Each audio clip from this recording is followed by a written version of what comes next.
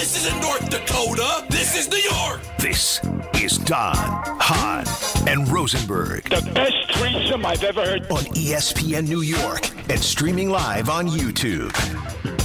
On a Friday in New York City with Don LaGreca and Peter Rosenberg eventually. I'm Alan Hahn. 800-919-3776 is the number to be part of the conversation on a Friday. We got a lot to talk about with you and a lot of different things. First of all, Don did not get his three-pointer last night. These Thursday games, but the Denver Broncos offense, my Lord. So Don's already out when it comes to three. Peter and I have a chance at 6 points. The best Don can do now is 3 points this weekend. We'll make our picks a little bit later on in the show. Before the boys join us here, I wanted to just point to something as the Giants have a game this weekend against Chicago, and everything's going to be about stopping the run, right? And there's all the talk about Brian Daboll now for the rest of the season because we already can establish that they have a quarterback. They have Jackson Dart, and that's great.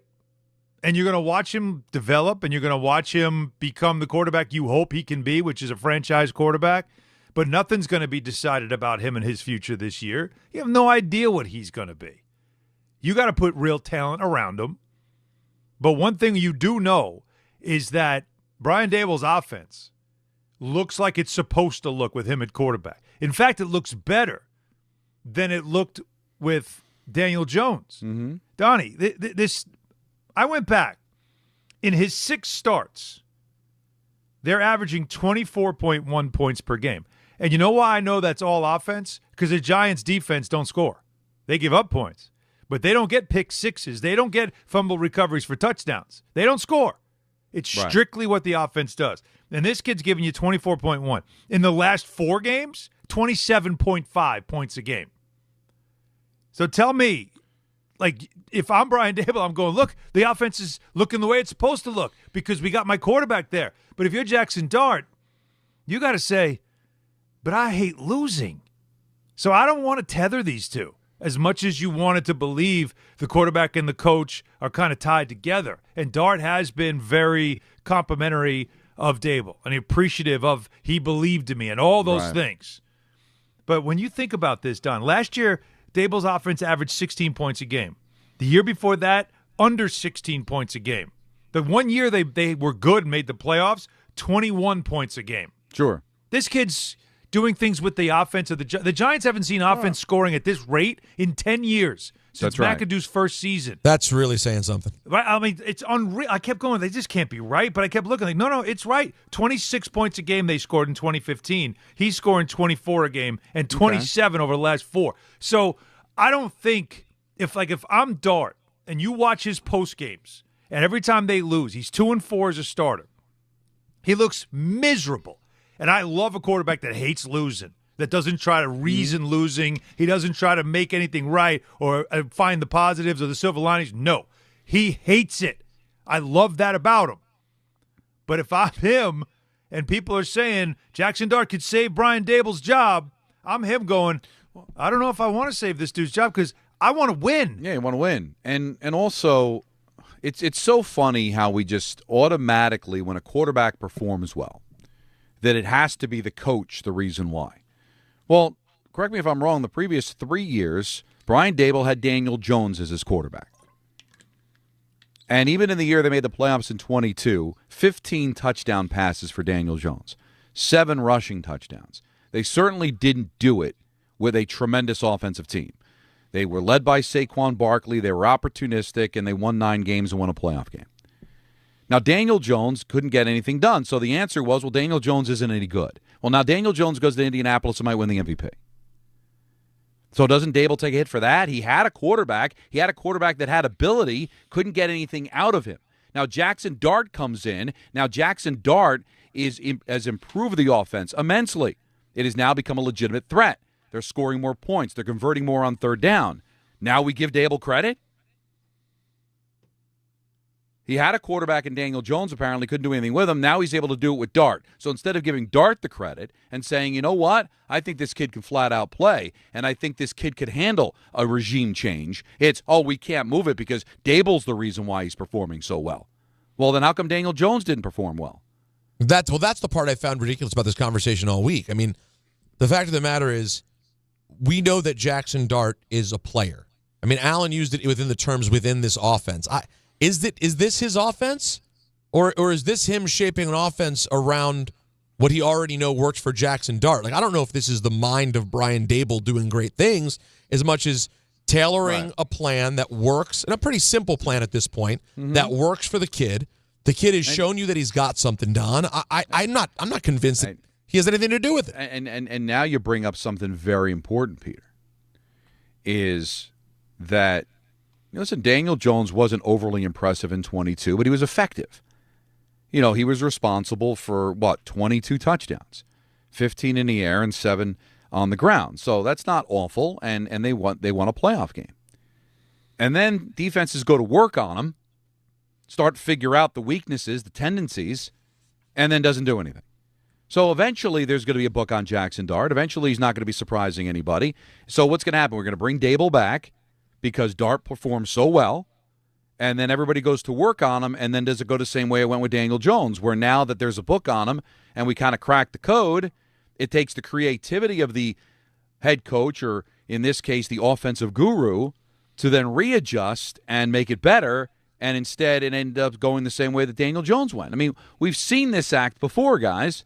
Effective quarterback being completely ineffective in 23-24. Now, I think Jackson Dart potentially can be better, but I don't know that. And how do we know that bringing Daboll back isn't just going to go the exact same way it went with Daniel Jones in years 2 and 3, once defenses kind of figure him out? So I understand giving credit to the head coach and the coach in this case, but guys, I don't want to sound like a broken record. It can't be the end-all, be-all of bringing Daboll back. It just can't. No. And also, what to watch on Sunday in Chicago is a defense that has to stop a run, and they can't stop the run. All right, this is a defense that has had many issues this season, many issues last season, and Brian Daboll's fingerprints are all over that too, even though he's an offensive guy. Who's the one that couldn't get along with Wink Martindale and sent him on his way? And then brought in Shane Bowen, and the defense, the Giant defense, the year they made the playoffs, was the reason why they made the playoffs. That defense was really good. Yeah. The second year, when they didn't play, when they were 2-7 to start, Wink was pissed. Why? Because his defense was carrying their weight, and they were frustrated with the offense and how god-awful it was. Like I told you, it averaged 15.6 points a game. What defense is going to win when your offense is providing you 15.6 points a game? Not going to work. So you can understand the frustration, but the head coach is supposed to be a CEO. We've talked about this. How important it is to also have the ability to be a leader of men and to understand how to delegate and understand also how to handle two sides of the football and make sure that they're all in. I got to put out this far, I got to put out this far. He was so focused on the offense. He let Wink do what he wanted defensively because, again, Martindale's he's a veteran. Like, he knows what he's doing. Experienced defensive coordinator. But when they started having animosity and frustration, that's where the emotion came in. And that's all the stuff to me that is going to take him down in the end. And if you're John Mara, that's the stuff you have to look at. You can't look at, wait a minute, we can't do this. They just found their quarterback, and you don't want to mess with this kid because look at the team you're playing. They drafted Caleb Williams. Then they brought in Ben Johnson in year 2. And Caleb Williams has looked a lot better. The offense has looked real. Like, you can do it early in the player's career. There's no reason to say you can't. If he's the quarterback of the future, it's not ideal to change regimes. It's not. I'm not going to tell you that. No, of course not. Stability is most important. But it doesn't automatically mean that it's going to lead to failure for the quarterback.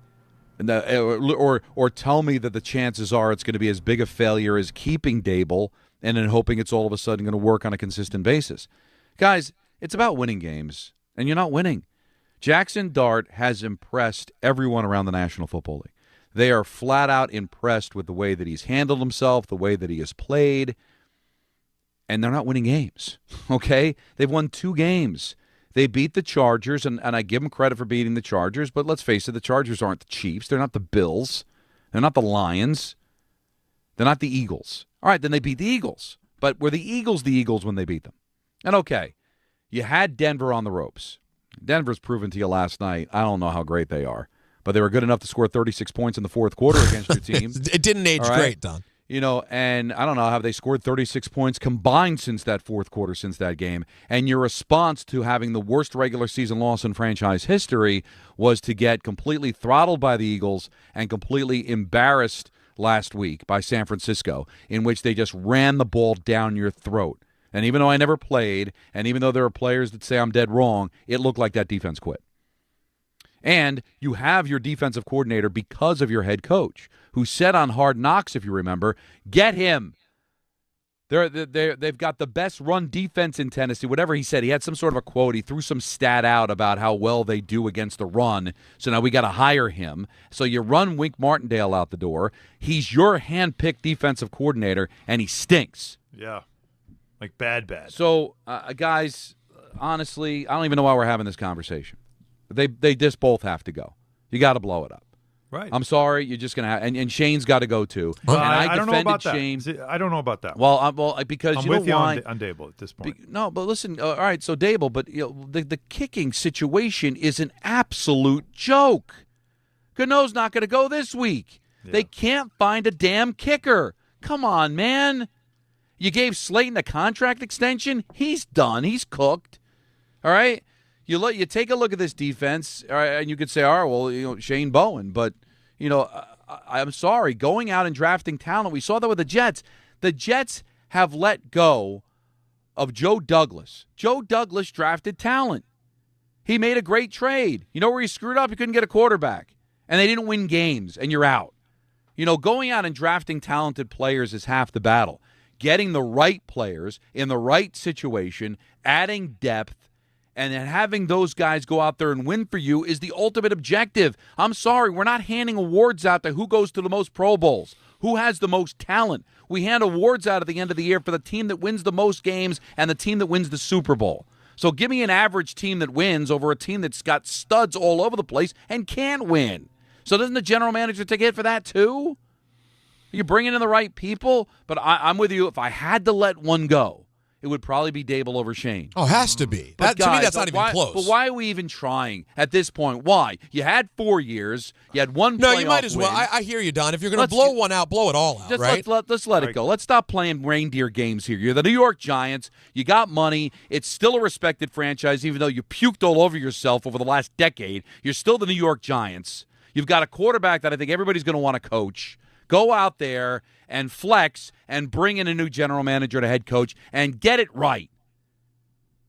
Let's do it. And the idea of, well, we just can't keep making changes. Well, you keep making changes until you get the damn thing right. Well, that's the reason why I didn't make changes last year, because he got caught up in the documentary but on his zero confidence and didn't extend them. Yep. And said, go out there and win me games and save your job. Well, guess what? One. Third consecutive year, losing 7 of your first 9 games. Well, I'm telling you, I think I stumbled onto this 2 days ago, guys. Your New York football cheat sheet is you root for the Giants to lose and the Jets to win. There's no purpose in the Jets really losing out. That's not a big win for the Jets. The funny thing is that even if you root for the Jets to win, I don't think they're going to win. Well, no, they probably won't, Alan. I don't think it doesn't matter. Like, it doesn't matter. You can't affect the outcome, but I think you would like to see Aaron Glenn accomplish something with this group, whereas if I'm a Giants fan, I don't want to see Daboll accomplish anything with anyone. I've seen enough. I agree with you, Peter, and you know how I feel about tanking and losing games and all that stuff. I just think it's bad for the culture. It eats away. It erodes. And ultimately is bad. But you're right in the sense that if you want this to be blown up, the only way to get the blow up is if they lose out. They got to You stumble into a few wins here, might convince John to keep it and run it back, and God forbid, extend them. Oh. Now, if you look at the history of the Giants, and I'm reading Jordan Ronon's book, and it's tremendous about the history of the Giants, and we've had him on about it, and I'm just finishing it up. We're reminded that even after winning a Super Bowl, Tom Coughlin was only given a 1-year contract extension going in to 2011 season because they weren't sure they were going to bring him back, so they extended him by a year. So they could do that. They could say, all right, we're going to give Shane and Daboll another year so they're not 100% lame duck. But doesn't everybody look at that as a lame duck?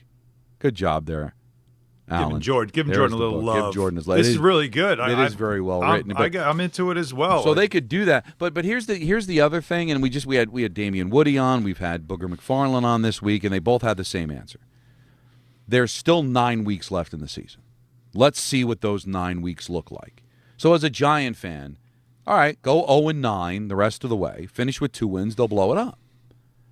But if you do find a way to win, well, then maybe I was wrong. Maybe Daboll deserves to come back, and Dart won you some games. I mean, there's still value in winning, though, isn't there? I mean, if this team goes out and wins 7 of their last 9 games, now that's not going to happen. Well, then I think everything's hunky dory, right? Like you got your quarterback, your coach got off the mat, you replace the defensive coordinator, and you move on. But how realistic is something like that?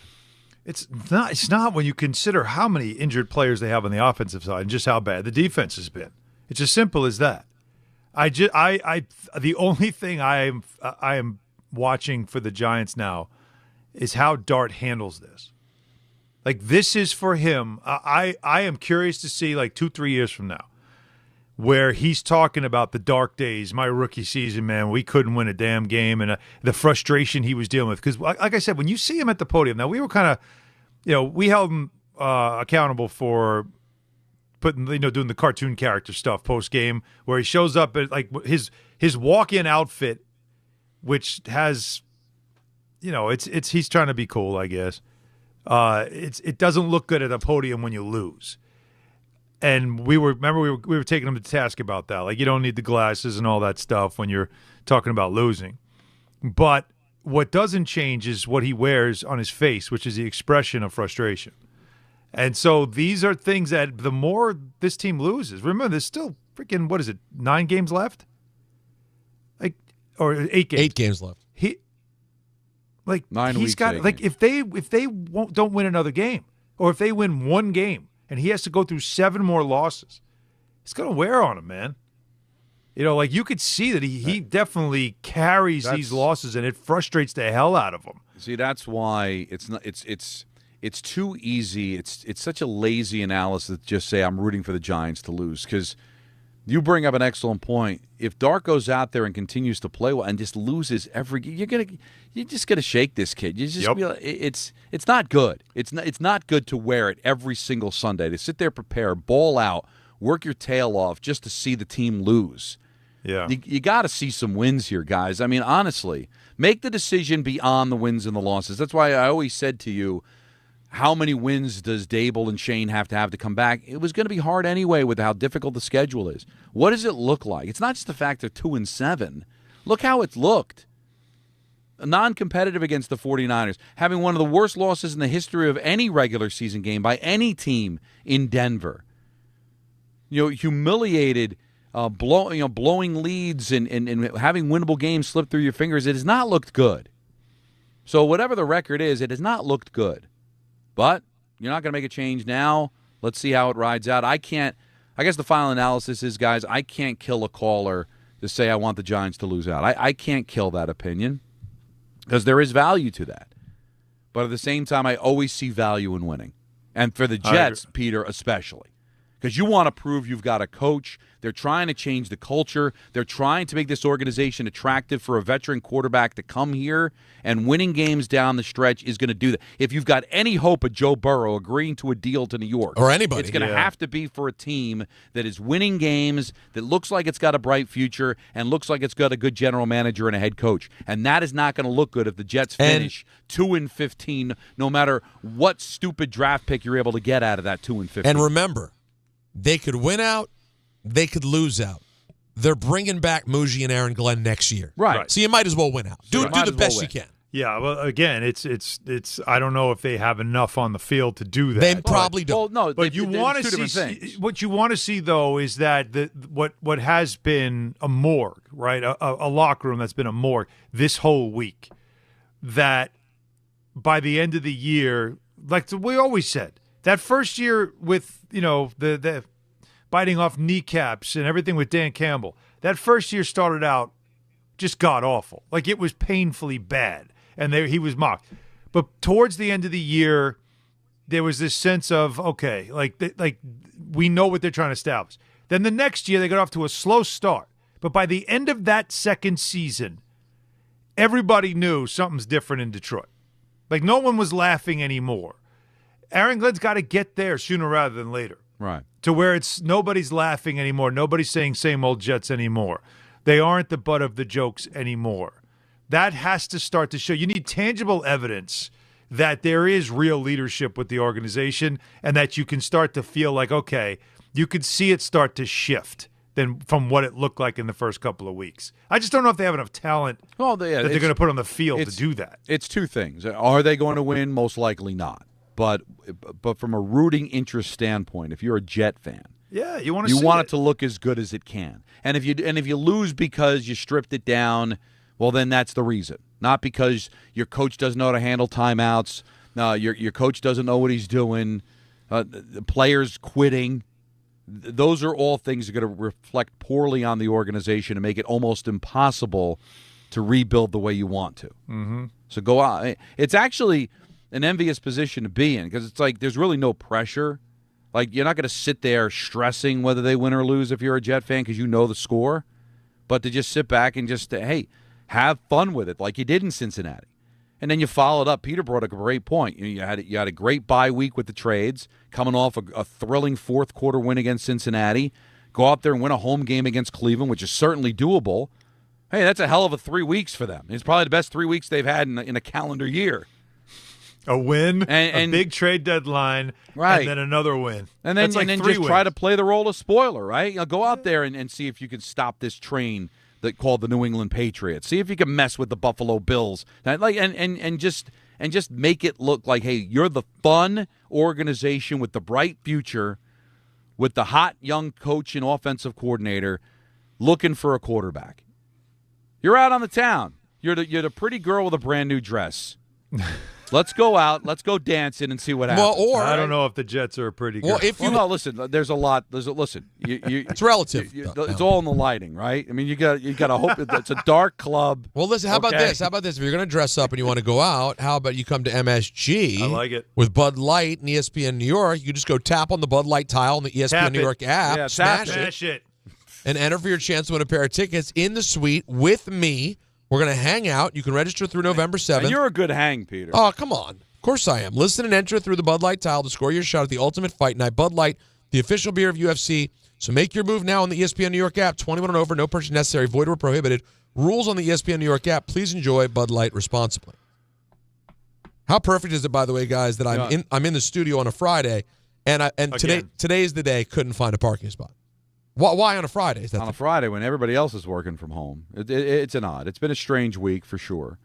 But we're going to fight through it with a really fun Friday show. Damn right we are. Big Fraud Friday. We're going to have, I just know because we talked about it in the meeting, a fantastic Fraud Alert Friday coming up at 4:30. It is going to be special.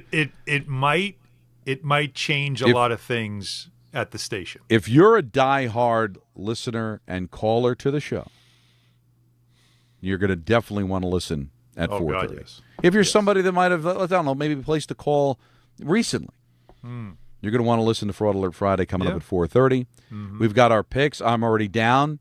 I do it again. I think last night, it was the weather and also just it's and it was Bo Nix who decides he's not going to step into throws anymore. Nah, Did you see he had a touchdown and he threw it into the ground? Threw a lawn dart. That was a mess. Not great. And by the way, how about this too? They booed him off the field. They won the game. They got booed off the field. And then he was asked about it. He's like, I've been booed before. I'll be booed again. Damn. We booed again? That ain't the plan. Denver's Fugazi. I loved Anthony's take. Worst 8-2 team ever. I mean, it's just not good. Well, listen, it's nice problems to have. I wish I was the worst 8-2 team. Yeah, me too. Ever. I'd take it. Instead of the best 2-7 team. I'd rather be the best 8-2 team. That's New York football, baby. So 5:45 we'll have our picks. We've got a tremendous ENN. We're off early today on a rare for a Friday, but off at 6:30 because we've got Rangers tonight. So we've got so much to get into. It's Don, Hahn, and Rosenberg on a Friday here on ESPN New York. Listen up, football.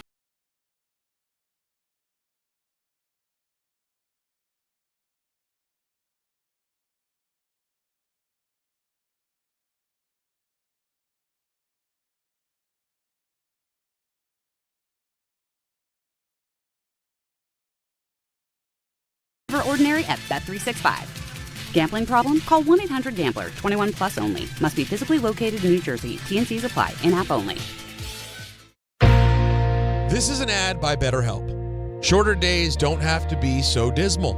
It's time to reach out and check in with those you care about. And to remind ourselves that we're not alone. As seasons change and days grow darker sooner, it can be a tough time for many.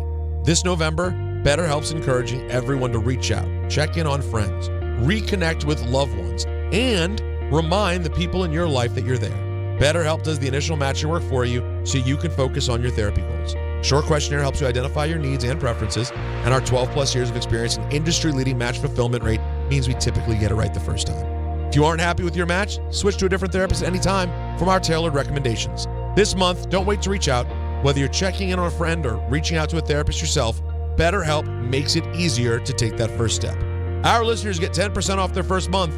Just call pound 250 and say the keyword timeout. That's keyword timeout after calling pound 250. At City Harvest, we believe no New Yorker has to go hungry. With your help, we're on the road 365 days a year, rescuing over 77 million pounds of nutritious food and delivering it free to millions of New Yorkers, transforming surplus food into sustenance, sustainability, and smiles, rallying thousands of New Yorkers to power a network of nourishment across our city. One day, one meal, and one New Yorker at a time. That's how we feed good. Donate at cityharvest.org. And now it's time for traffic. Here's Brandy Scott. Hey there, guys. Good afternoon and happy Friday, but not a happy ride. Heading over to the outbound, Georgia, especially tough on the Deegan northbound. Right before the Cross Bronx, a crash in the center lane. Traffic is backed up across the Triborough and up onto the Bruckner. Cross Bronx westbound, just crawling from the Bruckner on through. Inbound, Georgia, about 5 to 10 for the upper deck. Outbound, Lincoln, your best ride at 15 to 20. Outbound, Hahn, already 30 to 40. Jammed on the inbound Gowanus in Brooklyn. It's a crash in the left lane by the Belt Merge. Traffic is stopped there from the Verrazano. Just a bumper-to-bumper ride on the LIE eastbound, heading over to Jericho Turnpike in Nassau County from the BQE in Queens. This report is sponsored by Mothers Against Drunk Driving.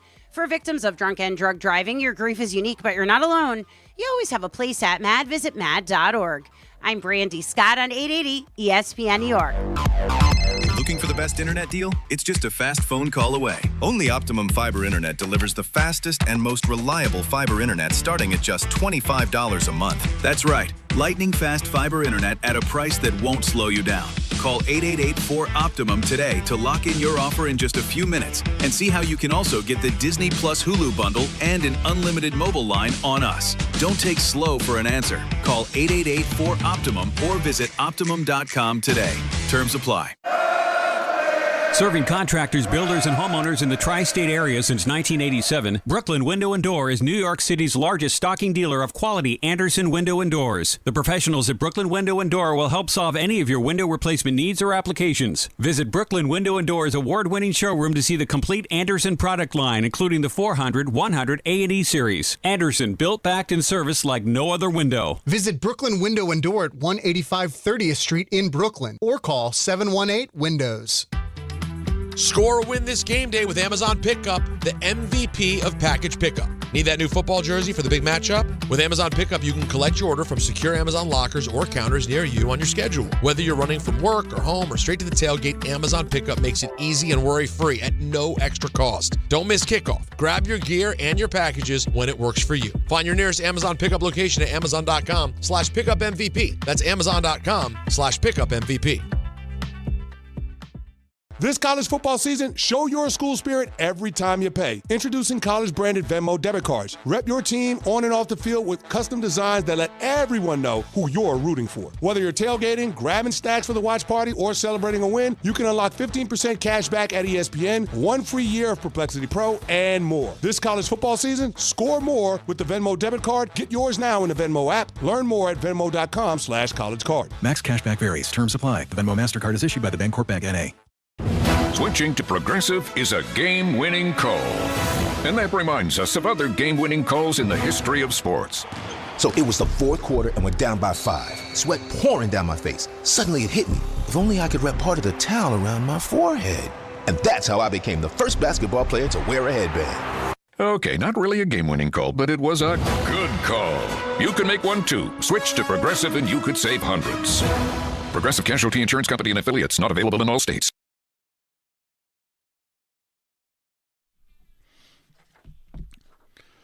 Game Time is brought to you by Tullamore Dew Irish Whiskey, because when it's game time...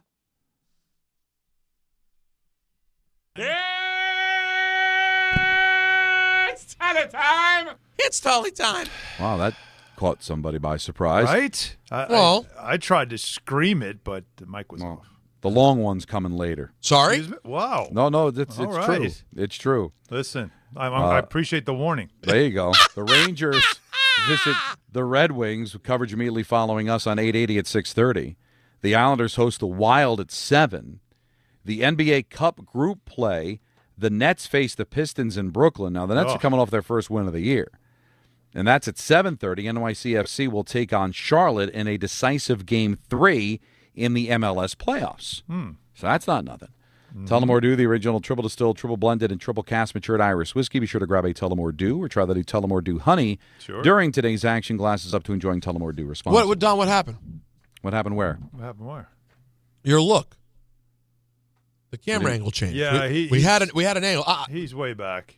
He's showing off the Ramapo. You see, I had to go change. I had to get my LIU gear on.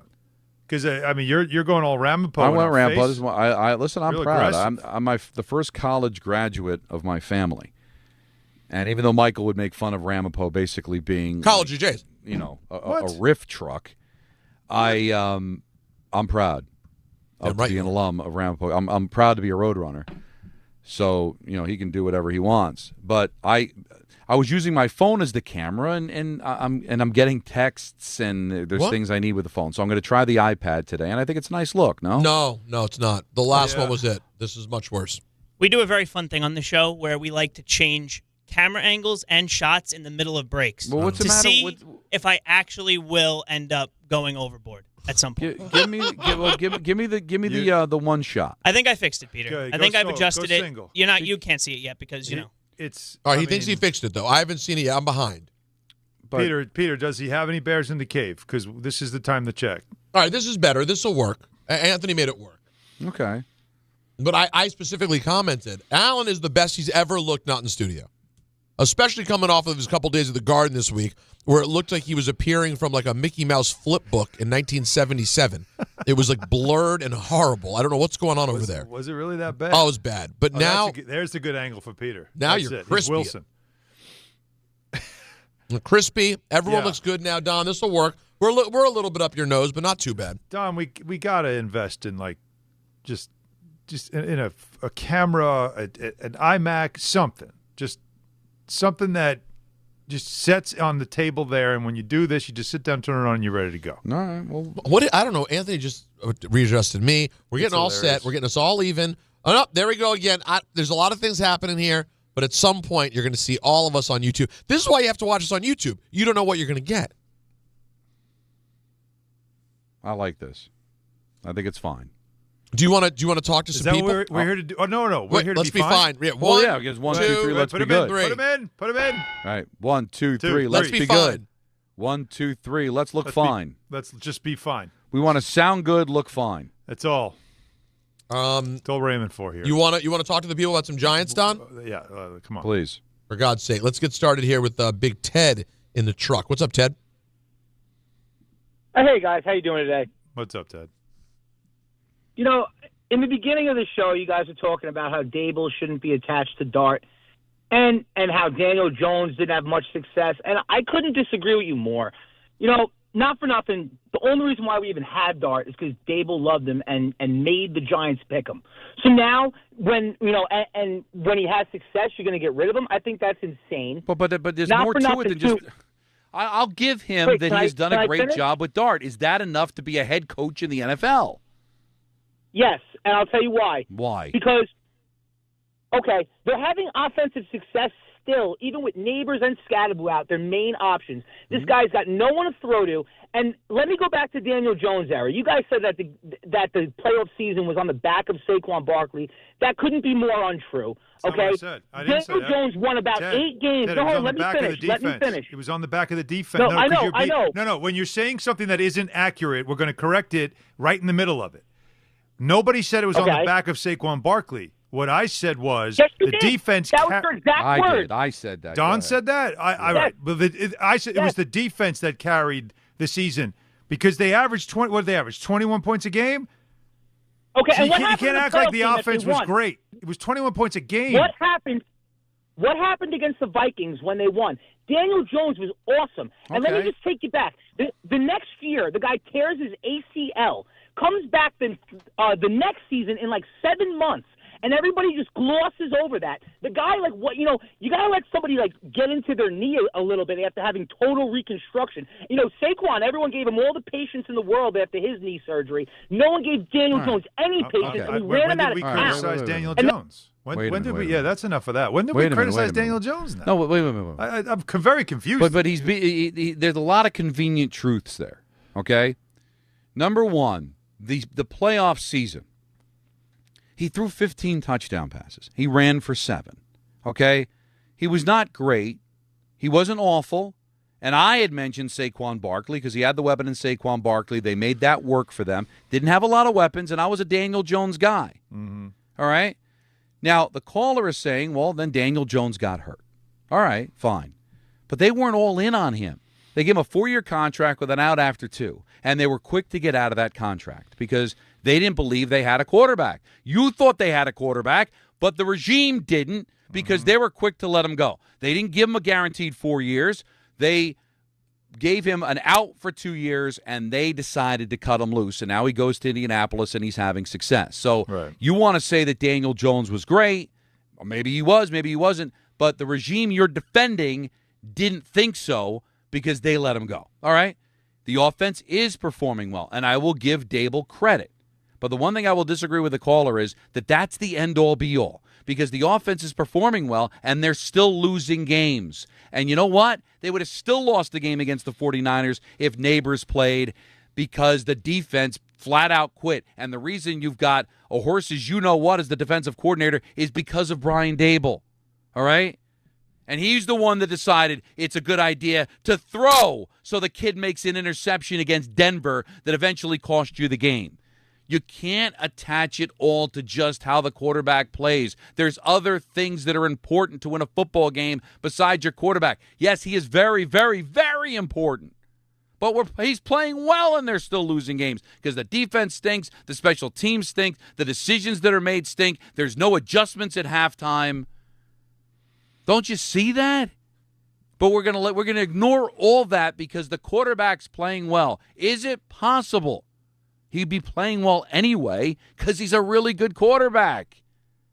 Did Josh Allen blink after he lost Brian Daboll? Did he blink? Did he fart? Anything? I probably did.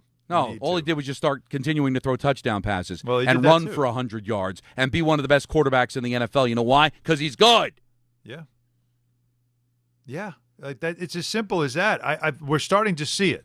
That's the obvious part. But I think what Ted might be missing here, unless he's being a contrarian, which it's Friday. Don't be that guy. Be that guy yesterday when it's that guy Thursday. But there's more to coaching a team than, hey, he got the quarterback. He knew to pick that guy. Great. He had an eye for a quarterback that he wanted. That's great. The problem is the head coach has to be the CEO. The head coach has to be able to handle. There's a reason why, like Peter, you have Cliff Kingsbury. There's a reason why he's with the commies right now. Mm-hmm. Because he's really not head coach material. We learned that in Arizona. The guy is a offensive genius. We know he understands all that stuff. But when you have to put him in charge of a team, put him, leader of men, it's not in his skill set. It's not in his wheelhouse. Right. It's whatever it is. That does happen with some guys. And unfortunately, some guys just aren't cut out for the big job, for the big chair, but doesn't make them bad coaches in other areas. And maybe Brian Daboll's really good at coaching offense and understanding quarterback play and understanding how to develop a quarterback. Maybe all that is true. But I see a guy that went into the tent, that he gets emotional, got into a fight with the defensive coordinator who was doing a really good job. I saw a guy that does that. I saw a guy, by the way, that verbally abused Daniel Jones a lot on the sideline. He doesn't do that to this kid. No, Of course not. he bear hugs him. That's And his he nearly kid. kisses him on the mouth. But that's so sometimes we have to understand that to say they need to get a head coach or a new head coach, you can't just say, well, but they found the quarterback. You can't change it up. No, you can, because the rest of the team still needs a better leader. Clearly. They're losing these games. Was it emotion or is it strategic, Alan? The fact that he berated Daniel Jones, was that him being emotional, or was it performative to say, this is the reason we're not winning? This isn't my All guy. right? And you lost. So then you bring in Jackson Dart, and you're huggy and kissy with him because he's my guy. He's the guy I want to coach. Guess what? Your record's the exact same. 2-7, 2-7. Doesn't matter. Still lose. I'm sorry. At some point, all of this, am I rooting for the Giants? Do I get a trophy for having a great quarterback? Or do I get a trophy for winning? I'd like to win. I'd like to go to the playoffs. I'd like to build something here. It's all about winning. Why do we want a great quarterback? So we could win. Why do I want a great head coach? So we could win. Why do we want a great defense? So we could win. Why do we want a bunch of Pro Bowlers? So we could win. Mm-hmm. That's why. If we can cut all the other and just win, heck, I'd win with Marco's best friends in second grade. If I could win, fine. I'd have the cheapest roster. I'd make a ton of money. I just want to win. Okay? Yep. Get me wins. None of this seems to get any wins. No. And that's all we're looking for. And by the way, Don, your quarterback feels the same way. It's killing him to lose. He hates losing. Yeah. He's not used to this, doesn't want to get used to it. That's the part where if I'm the owner, that's the stuff I'm looking at. Is this kid hates losing. I don't want him to ever get used to it. I don't want him to get beaten down so much that he's just used to losing, that he resigned to it when it's not that good. Like, I don't want that. So that's why you assess everything as it's going on. And while he didn't want to disrupt, he saw that documentary about his family and the fact that, Wellington was all about, he had to show some patience. And so John was like, you know what, we keep turning over too much. I need to be patient too. So he gave them one more year. That's it. Now, I don't know if I change the whole thing up because I do think the front office in place they deserve more time to continue to build the roster. They took over a team with someone else's roster. They had to make moves that was going to cost them a full year before they then started to get their own guys. But head coach, I question whether or not you have the right guy to lead a franchise that hasn't won consistently in a long time. Yeah. That's what made Tom Coughlin so valuable. The guy came in and he got everything organized, and they would win. And he had to do it with a young quarterback, and he still figured it out. 1-800-919-3776. Bring the Jets into the conversation as well. For On Alert Friday at 4:30. Our picks at 5:45. Rangers hockey at 6:30 on ENN. Listen up, New York. It's football season, and you should be out there enjoying every play, every tailgate, every moment. But if you're dealing with neck pain, back pain, joint pain, or sciatica, even getting off the couch can feel like a challenge. That's where Dr. Jay Shaw at Sandwell Pain comes in. He's one of New Jersey's top pain specialists, Ivy League trained, double board certified, and dedicated to getting you back in the game. Here's the difference. No surgery, no scars, no long recovery, no pain medication. Just precise, non-surgical, image-guided procedures that get real results. Dr. Shaw treats everything from neck pain, back pain, migraines, nerve pain, and chronic joint pain. And he builds a custom game plan that's right for you. Same day or next day appointments are available with offices in Woodbridge, Livingston, and Inglewood. And yes, most major insurances are accepted. So don't let pain keep you on the sidelines this season. Go to SandwellPain.com to call, text, or book online. Relief is closer than you think, and it starts today. If you've been injured on a construction site, then you need a lawyer who knows New York's unique labor laws. At the Parisman Firm, they have decades of experience handling construction accident cases and a proven track record of delivering huge results. Their team has already recovered nearly $1 billion for hardworking New Yorkers. From scaffold accidents to slip and falls and equipment failures, they've got your back. Call the Parisman Firm now at 718-WORKERS. That's right, 718-WORKERS, because your case is their cause. Get the justice you deserve today. My dad is bringing home the best birthday cake ever. It was my 5th birthday, and my dad was bringing home the cake. Should have been here a half hour ago. The cake never made it, and neither did my dad. 911, what's your emergency? That was the day a drunk driver killed my dad. Daddy? Impaired drivers take lives.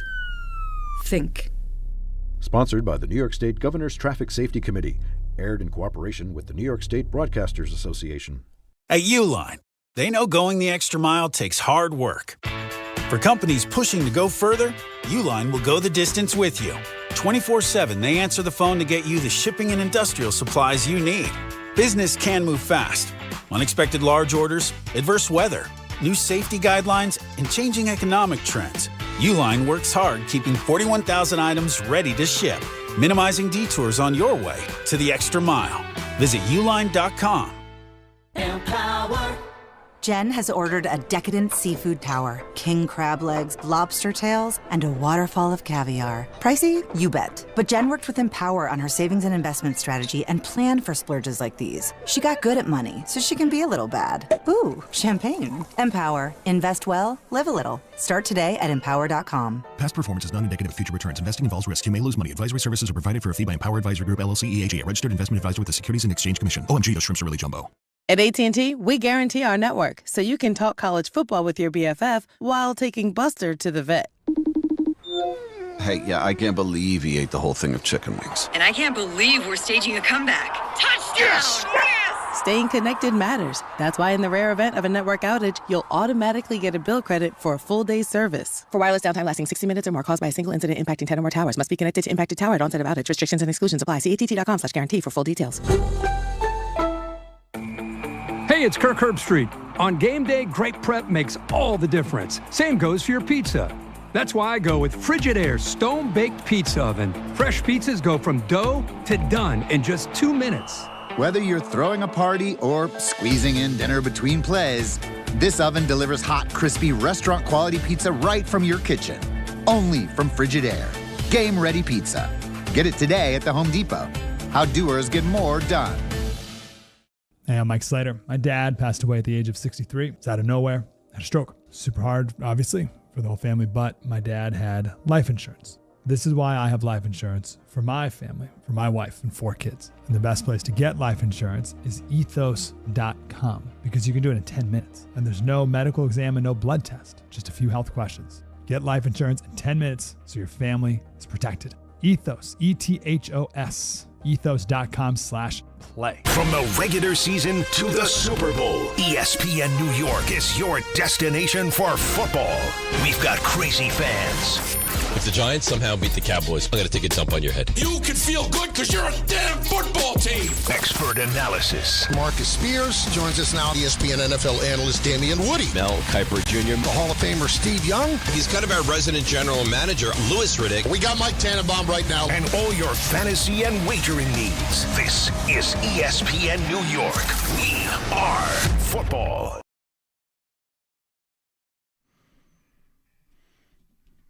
All right, let's continue with the phone calls. 1-800-919-3776. Fraud Alert Friday is coming up at 4:30. Picks at 5:45. ENN at 6. Oh, yeah. Let's go way out to San Diego and talk to Tim. You're on ESPN San Diego. What's up? Hey, gentlemen. Appreciate you taking the call. I agree. I think it's time to blow it up with the Giants. And why not take a big swing? Sean McVay, 1 year left on his deal. Stafford's getting older. Maybe he wants to come in and take a Jackson Dart. What do you guys think about that? And I don't even know how it works, trading for coaches, but whatever. Just a thought. Well, I think at this particular stage, if McVay couldn't get a contract extension, then you're just talking about compensation. So you'd probably have to give up a pick or something. I would kick the tires on that guy. Wouldn't they? I mean, they'll obviously offer him an extension. Well, if he wanted out, like he's creating a scenario where he's got 1 year left on his contract. If the Giants were to have a vacancy and he wanted out of L.A., then I guess we can have a conversation about that. I don't know why the Rams wouldn't extend. Because, by the way, what's the point? If you're Sean McVay, why do you and your hot wife want to live in Los Angeles with a team that competes every year when you could come to New York and be a part of the Jets? I'm just saying. Well, no, he's talking about the Giants, I think. I mean, the Giants. Sorry, you come to New York and suck with the Giants. Well, he gave a suggestion. All right, Stafford's on his way out, and there's a good young quarterback in New York I think I can work with, I can win with. I don't know why anybody wants to leave anywhere, but that's what you're you know what, Alan? What you're talking about with the Jets trying to find a quarterback, maybe the Giants will be that way trying to find a head coach. All right? Like the Knicks did. Well, the Knicks tried, right? Yeah. Yeah. Didn't work out. Who would it be? Look, again, it's New York. You're the big market. You swing it. Yeah, you got to try. Find a coach, like target a coach that you want. I still think you don't do this stuff publicly. I do think you got to do this stuff through agents, and you just try to figure out, is there somebody that's like, I don't love it here. I don't think we have a chance here. And Anthony reminds us, our fine producer, wasn't that long ago he was flirting with going into broadcasting and retiring from being a head coach. Right. Now, was that because did he get a contract extension after he said that? He did, and now it's happening again. So listen, no, but he used the threat to get a contract extension. So could there be a threat? Hey, maybe I'm thinking of going. Giants need a head coach, and maybe the Rams blink and give him a contract extension, or they go, Listen, it's the caller's not wrong to throw the name out. He's a great coach who has 1 year left on a deal. So yeah, absolutely. I would throw. Let me go around. Like, you tell me somebody that you wouldn't want. Kyle Shanahan. You'd want him. Yes. You're right. All right. So maybe he's there and he's like, you know what? I can't get over the top here. Can't get there. Like you try to find. What about LaFleur in Green Bay? Does he want, I would just look everywhere. Is there somebody that just wants a fresh start? Obviously, the Mike Tomlin stuff in Pittsburgh has always been there. But I don't think the Giants are in a place that you're going to find, and I brought up Clint Kubiak. Now, again, he's a generational, coach as far as, did I say, is that the right word, generational? What do I mean? If that's what you mean. Right? Oh, no, then forget it. No, yes, that's you not didn't. what I meant. You meant second generation. Yeah, what does that mean? Like, whatever. So it's the fact that he's inexperienced as a head coach, but obviously there's some history, family name. I think the Giants need to stop going on the hamster wheel of the next hot young coach or the next big name coordinator. Right. Well, I hate retread, but you know what I mean. You got to bring in somebody that has some experience that can get you back on track. Well, the Giants get you organized. The Jets are the ones that go for inexperience because it's cheaper. That's the feeling, or not just cheap, but also somebody that Woody can have under his thumb. Obviously, the less experience, the more that you're going to have to just listen to what the owner has to say. Jeez. That's why I always think Woody didn't want to bring in a big name, because that's somebody that would ignore Woody and not give Woody the time of day. Because I think Woody wants to be involved. The Giants, their thinking is, up until the Daboll Shane regime, they have to have ties to the organization. Somebody that they know, somebody that's part of the family, that had coached here before. That's how they got Coughlin, because he was the wide receivers coach on the 90 Super Bowl team. Got to get Gettleman because Gettleman was a scout here. And then they finally broke through it by going to Buffalo and bringing in Shane and Daboll. That's their thing.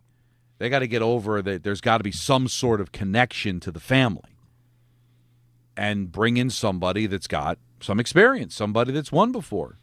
Unfortunately, all those guys are either cooked or under contract, right? I mean, I don't think they're going to go the Holmgren route.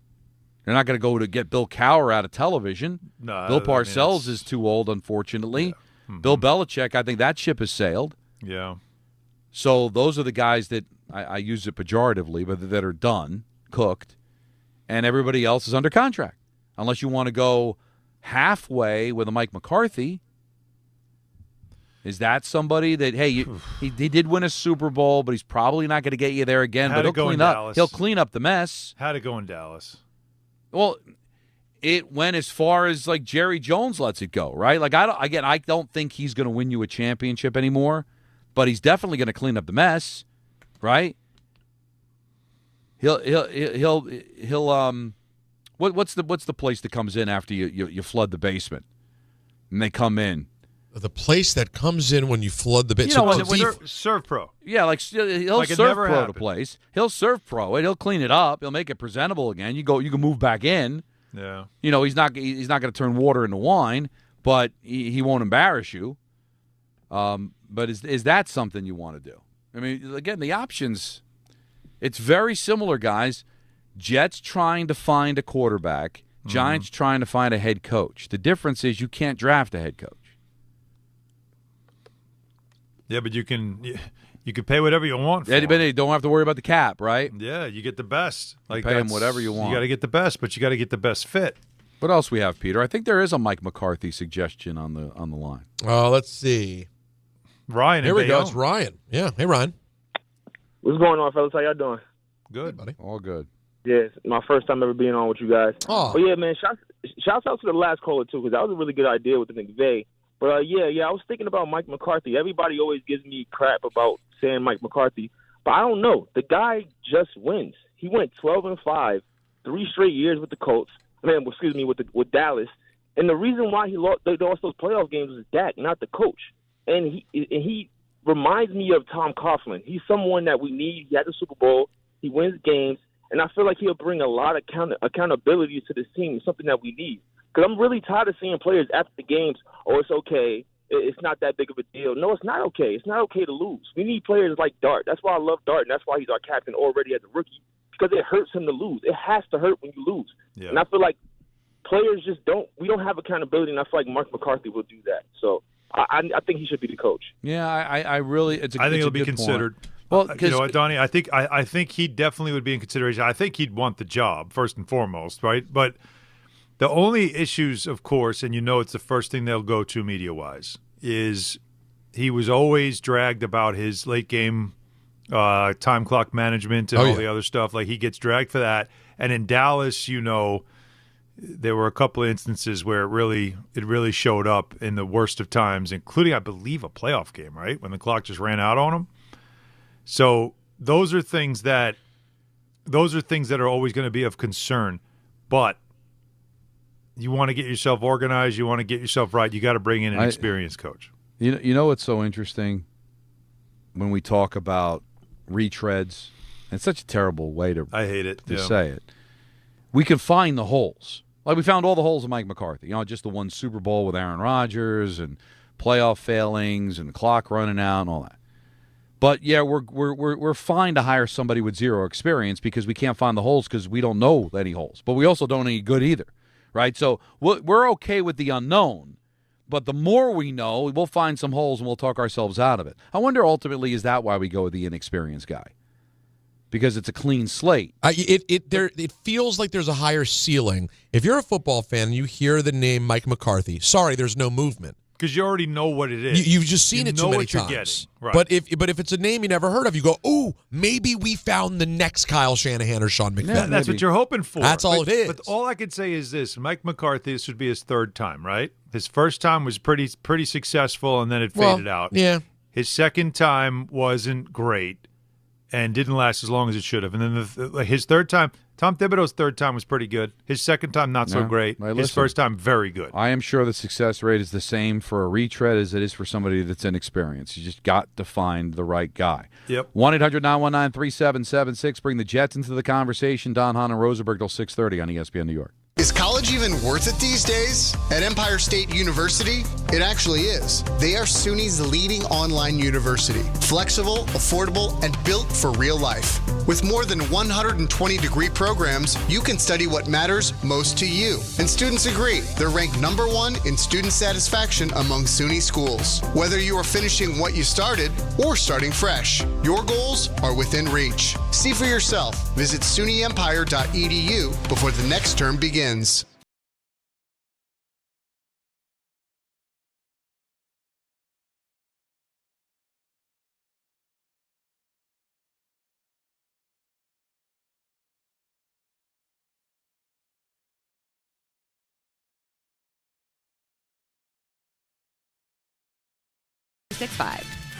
Gambling problem? Call 1-800-GAMBLER. 21 plus only. Must be physically located in New Jersey. T&Cs apply. Hey, bro, weirdest thing is happening at the game. This guy sitting next to me says, "You're our good luck charm." Every time I crack a Bud Light, we score a touchdown. Now his entire family wants to buy me Bud Lights. I think I'm some kind of a football prophet. Talk soon. The team needs me. Anything for Bud Light, the official beer sponsor of the NFL. Stock up today. Enjoy responsibly. Copyright 2025 Anheuser-Busch Bud Light Beer, St. Louis, Missouri. For over 100 years, Slomin's has been your trusted partner in comfort. When it comes to home heating oil, we deliver more than just quality fuel. We deliver peace of mind. With price protection, automatic deliveries, 24/7 service, and up to 30 days to pay your invoice. Our dedicated team is just a call away, ensuring you stay warm and comfortable all winter long. Sloman's, New York and New Jersey's largest heating oil provider, proudly serving our community for generations. Give us a call today at 866-GET-HEAT or visit oil.slomans.com. This college football season, show your school spirit every time you pay. Introducing college-branded Venmo debit cards. Rep your team on and off the field with custom school designs that let everyone know who you root for. Whether you're tailgating, grabbing snacks for the watch party, or celebrating a win, you can unlock 15% cash back at ESPN. 1 free year of Perplexity Pro and more. This college football season, score more with the Venmo debit card. Get yours now in the Venmo app. Learn more at venmo.com/collegecard. Max cashback varies. Terms apply. The Venmo MasterCard is issued by the Bancorp Bank, N.A. Your fantasy roster is set. The Smack Talk is heating up, and this season, ESPN Bet is giving you more ways to ride with your squad. Introducing the ESPN Bet Fan Center, where you can instantly link and bet on your fantasy teams right in the ESPN Bet app. An enhanced sports betting experience only from ESPN Bet, the sports book for sports fans. Make the connection today with ESPN Bet Fan Center and the ESPN Fantasy app. ESPN Bet Sportsbook. Download the app today. Must be 21 plus. Gambling problem? Call 1-800-GAMBLER. Terms and conditions apply. See app for details. Hey, this is Jalen Brunson. Jalen Brunson for 3. And this is your home for New York Knicks basketball. This is 880 ESPN. WHSQ and WCBS-FM HD2, New York.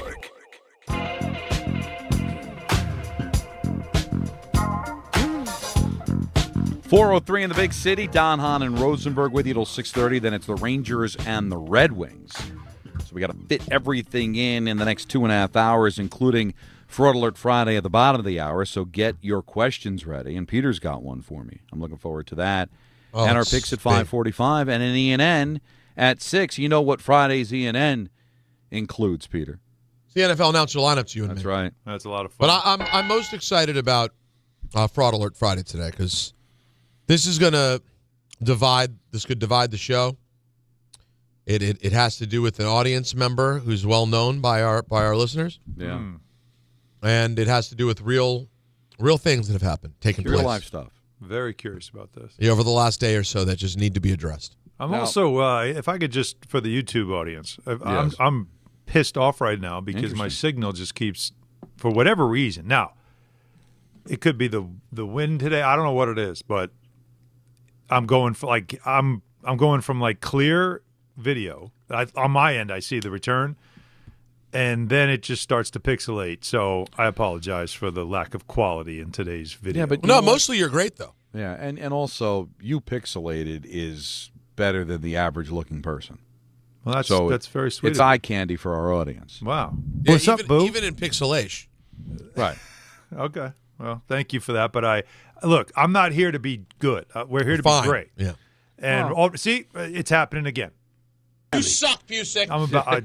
You know me with this technology. Ask Anthony and Jake how I sound when things aren't connecting properly. When I'm remote, I'm ready to just start exploding right now, all over this computer. Wow.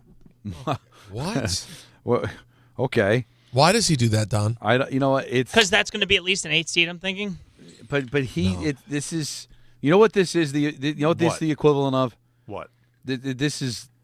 Drops the steroid era. That's the way it is. No, it's that's what he is. It's actually almost something sad about it. It is. You're trying too he hard. He tries bro. too hard. You're can't force it. these things. What am I doing? You're you knew saying what you're things doing intentionally to be a drop. To be a drop. What was the drop? Come on, stop. Okay. There's I no can't world. Even repeat it. You have to understand. I am so mad. Well, don't be mad. It's not your fault. At all what's happening in front of me here between I have this thing set up. It's perfect. Alan, I'm watching on YouTube. Because of a 99% signal, great. You're fine. It looks like I'm on an iPhone 1. I'm looking at you right now. You look better than you've looked all week. I'm telling you. The return looks terrible. I don't see YouTube. I'm telling you, I'm watching on the tube of the U. All right, then maybe it's on my end. See? It's my end. You know? Maybe you should show some What was that? dedication. Didn't Don have a time when you grabbed the monitor? You go, I'm gonna rip this thing right. That's what I feel like right now. No, that's not what's happening though. I'm telling you, I'm watching right now. Okay. No, you look great. It freezes up every once in a while, but again, well, I don't gorgeous. want that. I don't want that. We have to be better. You can't control technology. Can't do it. Can't even say it. All right. Now I'm back. I want to bring the Jets into the conversation too. Why? 1-800-919-3776 because we get these conversations every year in the NFL, especially after the deadline when it looks like a team, is not as committed to winning as they were before the trade deadline, and that's the way it appears to be with the Jets as they trade two of their best defensive players. So you hear Jet fans going, well, let's just lose out. I give up, quit, lose out, get the better draft picks, make these, at least make one of our first-round picks be worth more. And I completely disagree with that. I think it's more imperative than ever to try to win if you're the Jets for two reasons. The biggest reason is you want to know that you have a coach. And the jury certainly is out. That's the best you could say about Aaron Glenn. The worst you could say is he's a bum and he stinks. But there's 9 games left, right? Because they already had their bye, right? So they're 7-2. So go out there, or 2-7, or 1-7, excuse me. Go out there, win games, and see that you actually have a coach. And also to try to make this team attractive and functioning if you are going to go the veteran quarterback route. Yeah. If you're gonna complete that Hail Mary to get Joe Burrow, you want Joe Burrow to know, hey, they got a coach over there. They got a quality offensive coordinator. They got players that didn't quit. They're on the upswing. I want to go play for them. Not a team that finishes 1-16 and their coach is halfway out the door and the players all quit and you're starting from scratch and Joe Burrow's going to be like, no, I think I'm good. I think I'm going to stay in Cincinnati. Right. So win. And plus, this doesn't look like it's a draft anyway that, A, you're going to go for a quarterback, and B, that it's going to be some generational player that's going to turn everything around. What's going to turn around is most likely the next quarterback that at least right now seems like it might be somebody that you pry away from another organization. I understand the premise, and I know you're big on winning is important, and you hate tanking, and I respect all of that. But the value of the draft picks is still a value. And the higher the pick is, especially if it's number 1, the better chance you have if you're going to trade it to get yourself a veteran, the more value it's going to have, right? Yep. I also don't think there's anybody on the field. They're not going to be putting people on the field that are going to be good enough to win these games. Will they compete? Right. Of course they're going to compete. But, Don, I got to be honest, I don't see it as like a real priority. I don't care what Darren Mucci said. He said it because he has to say it. Because if he turned around and said, well, you're going to see with our lineups that we're going to be looking to just develop some players and, we're going to change our focus or whatever it is, Roger Goodell will be on the phone with him quick. Right away. Like, no, you guys can't say you're not trying to win. So you're going to say, nope, hasn't changed. We're still trying to win. No, you're not. You got rid of 2 Pro Bowl players. There's no way you're still trying to win. Then you're trying to collect draft picks so that you can have the assets to go get the next set of players that you want to build with, because these are other people's players. That's what it's about. But you did keep Garrett Wilson. You did keep Breece Hall. No, you couldn't get what you wanted for Breece Hall. No, but you have them here, right? So they're going to play. I'm not going to tell you that they kept them because they. How motivated is the best record spot? The motivation. Wait. See, just understand how motivated do you think Breece Hall is? He wanted out. You think you're getting a motivated Breece Hall wants to win for you? But everybody's going to be watching, and you don't want to be a quitter, right? You don't want to be somebody that at the age of 24 is just going to throw it away. All right, you go out there and you play for each other, you play for the locker next to you, and you go out there and you do your best. If you lose games because the other team's better, well, then that's just the way that it is. Yep. Okay, and I think you can live with that if you're a Jet fan. All right, listen, the team that we played is way better than us. We had no chance of winning. We're not going to win. Don't have the reason you lose out because your team quit. Don't have the reason you lose out is because your head coach has his head so far up his butt he doesn't know what down it is. Doesn't know how to utilize timeouts, no clock management, doesn't have a feel for the game, completely lost on the sidelines. Don't have that be the reason. Because then you're a mess. Have the reason be because you're not good enough. But guess what? This Sunday, they're good enough to win. Well, this is why. Are they? Yes, they are. This is why you have good enough to win this game. Yes. Who's the best player on the field? Myles Garrett. Yeah, and he can wreck a game by himself. He can. And by the way, the Jets' offense sucks no matter who they're playing. Exactly. But the Cleveland offense sucks too. You play really the game. think that and they're going to start Justin Fields. because he's coming off a good performance after his owner said stupid things. Right. Right? And so he's going to be out there burping the baby, like Bart likes to say. Myles Garrett might get 5 sacks in this game. Okay. Like, honestly, and it's not going to be the offensive line's fault. It's because this is what this guy does. And if he blows up the game, then he blows up the game. But all I know is the Jets are home. I think they're – It's going to be raining. What's the number, It's going to be a Anthony? brutal weather day. I know it changed. I think Cleveland became the favorite after the deal. I think the Jets were actually favored going in. I think it's like – but it's like a point and a half, right? This has got to be a 1.5 or 2.5, yeah, right? It's got to be. Cover 5 has it at 2.5. 2.5. For the Browns. It's a flip of the coin. All I'm saying is lose by a last-second field goal. All right, whatever. Just don't have your coach not knowing what he's doing or that the team quit be the reason. Be the reason because, you know what, Myles Garrett just didn't let it happen. He willed it to win because he's a great player. You played your heart out and you lost. I just – Well, this is – you got to make it look – Peter, you got to make it look like you want to be attractive. Listen. You want to hook up. You want to try to be as attractive as possible to whatever the next quarterback is going to be. They have – their schedule is a very mixed bag. Yes. And there's a few games on there that they can win or definitively compete in. That's the Browns game for sure, the Dolphins game, the Jags game, and the Saints game. Okay. Those are 4 games where Don, they should win a couple, and they should compete in all of them. You have the Patriots, you have the Ravens with Lamar back, you have the Patriots again, and you're at the Bills, who if they're still fighting for positioning, you're getting crushed by at the end of the year. So those games, the judgment, it'll be a different sort of way of judging this team. I'm with Don completely. You play a team like Cleveland at home, in spite of the fact that you're now down Quinnen Williams and Sauce Gardner. They didn't get rid of everybody. There's still players on this football field. Breece Hall's still going to suit up, coming off a great game 2 weeks ago. You have to be able to at least try to compete with Cleveland. This is not a superb football team. Now, granted, Cleveland beat the hell out of the Dolphins, something the Jets were incapable of doing. And they've played close with some good teams. They beat the Packers earlier in the year. Dude, they're top 10 in sacks. They have a defense that's not horrible. No, they have a good They have very good defense. Their offense is just as bad as yours. So, like I said, if you're first of all, God bless Jet fans who are going to this game. God bless all of them. Oh yeah. Oh, I'm not telling you. Now the to reason go. why you go is because they're doing a pregame ceremony about Nick Mangold. They're going to honor him, and that is a reason to go if you're a Jets fan. And then once they flip the coin, you are welcome to leave. No, and nobody should hold anything against it. It's going to be a rainy, miserable day, and it's going to be 2 awful offenses going head to head. My overall point is, as great as it would be draft pick wise to lose out, I think more damage would be done to the future of this organization by losing out. I totally understand. Totally understand. Now, am I telling you to be interested? Am I telling you to be excited? Am I telling you to go scalp tickets to the game? No, I'm not telling you. Don, I think we said this in the meeting. I don't think I said it on the air. Like I'm leaning forward in my chair now. After I told you I was checked out on this team, I'm leaning forward in my chair, but I'm not leaning forward in my chair because I want to see them win.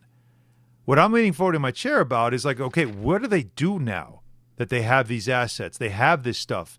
They have $117 million in cap space that they were able to open up, and the draft assets that they have. So, okay, it's a new group. Let's see what they're about. Does Aaron Glenn, with the Bill Parcells as the godfather, does he have that kind of draw? Does he have those kind of connections in the league where there's some players that are like, I want to go play for him? Does he have that? I want to see, is he a magnet for a couple of defensive players that want to upgrade the defense?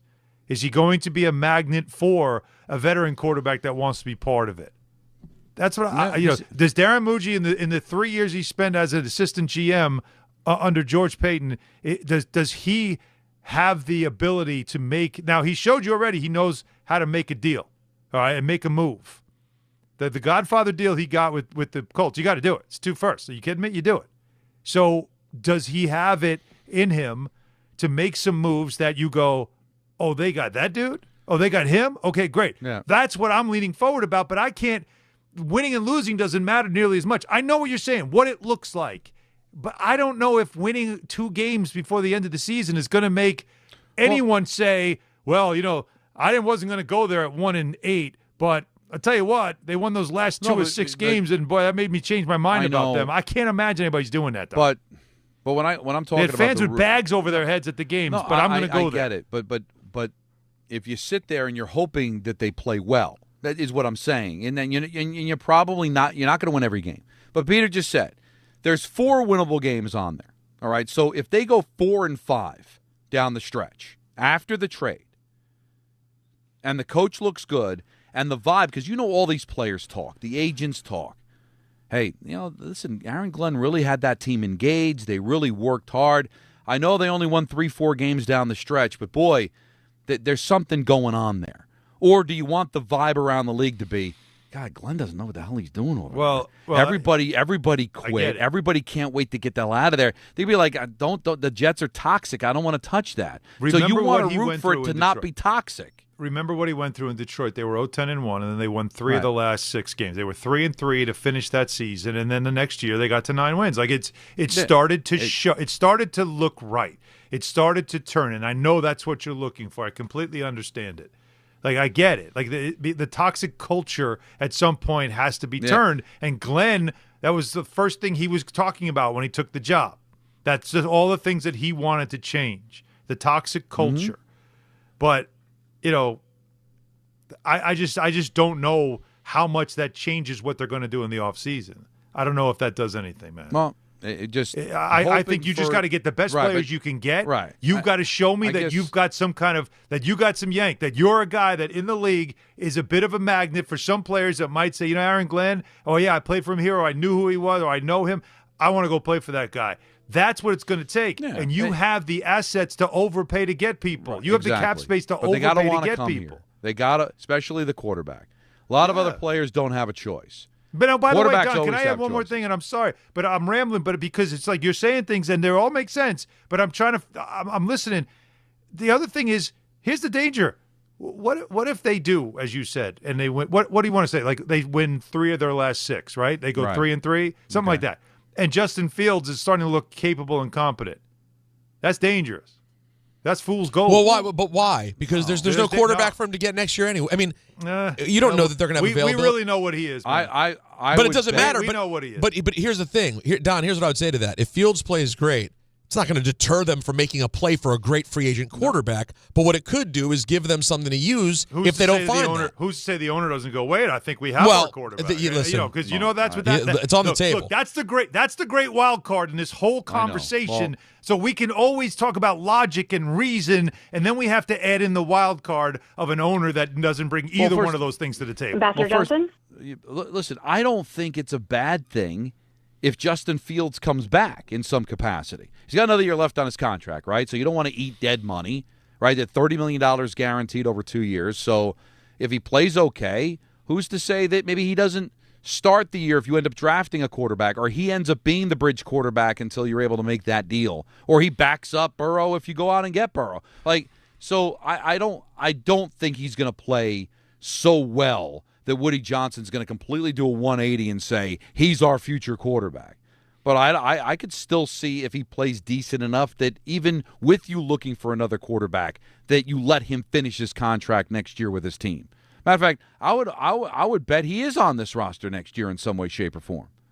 But I don't think that takes away your chances of getting the next quarterback. That's exactly it. Exactly right.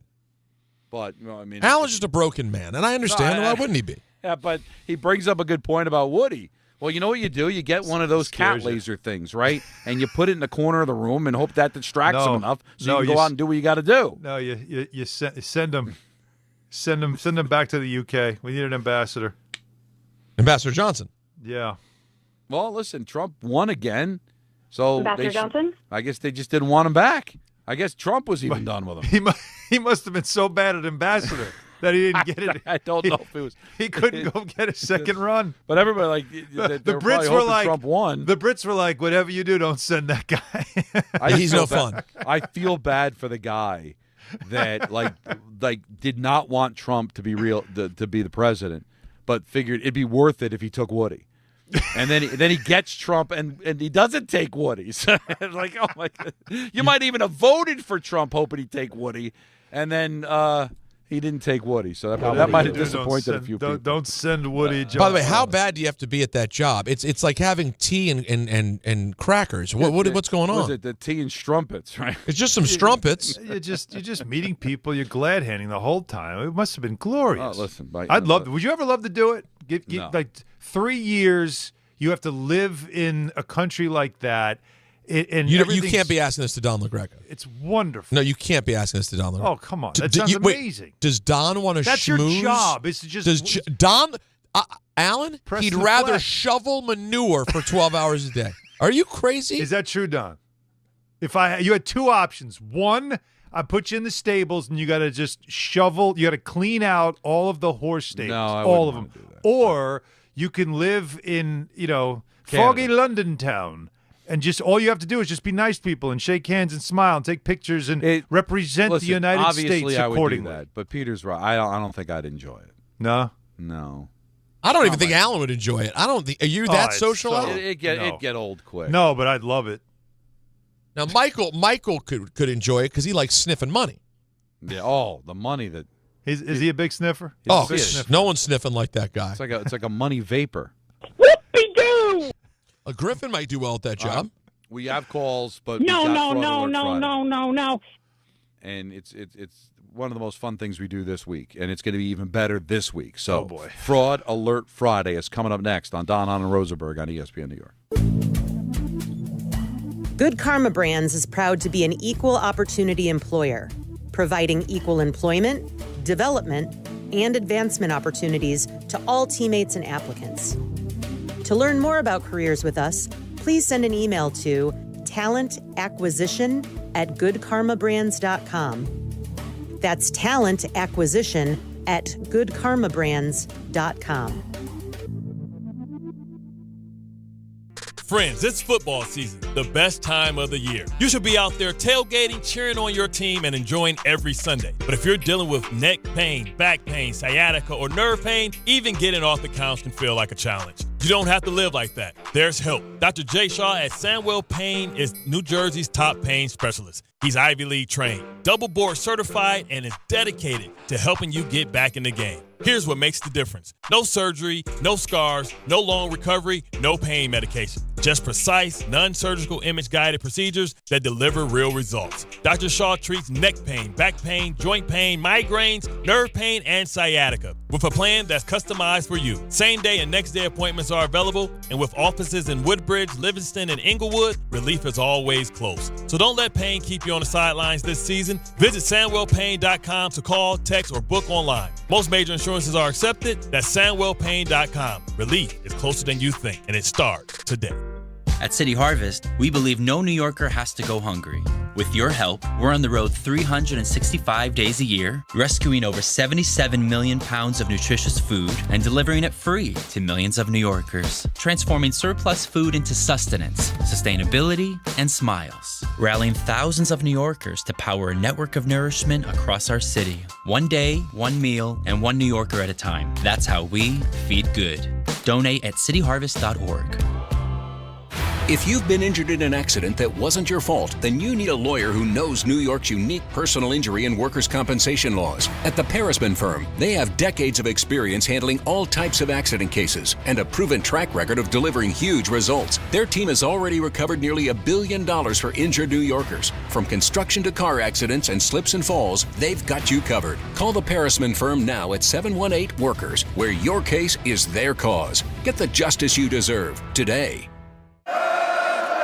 Serving contractors, builders, and homeowners in the tri-state area since 1987, Brooklyn Window & Door is New York City's largest stocking dealer of quality Andersen window and doors. The professionals at Brooklyn Window & Door will help solve any of your window replacement needs or applications. Visit Brooklyn Window & Door's award-winning showroom to see the complete Andersen product line, including the 400, 100, A&E series. Andersen, built, backed, and serviced like no other window. Visit Brooklyn Window & Door at 185 30th Street in Brooklyn or call 718-WINDOWS.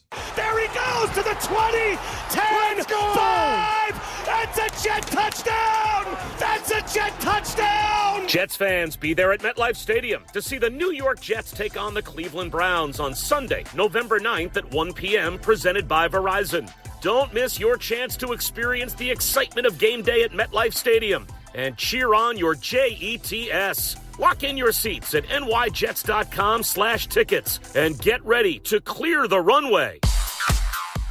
And now let's take a look at the traffic with Brandy Scott. Thanks so much, guys. Bruckner westbound at a standstill. It's a broken down SUV in the right lane by the Bronx River Parkway. Traffic is stopped there from the Hutch. You stay packed on the westbound side, heading over to the Deegan and the Triborough. Best of it's the outbound George Henry Hudson, and that's a stop and go ride. West Side Highway northbound, your second choice. Delays there from the 79th Street Boat Basin. Inbound Georgia, about 15 to 20 for the upper deck. Lower level in pretty good shape. Outbound Lincoln Gonnerini 20 to 30. Outbound Holland 45 plus. Just a solid ride on the Staten Island Expressway westbound, heading over to the West Shore.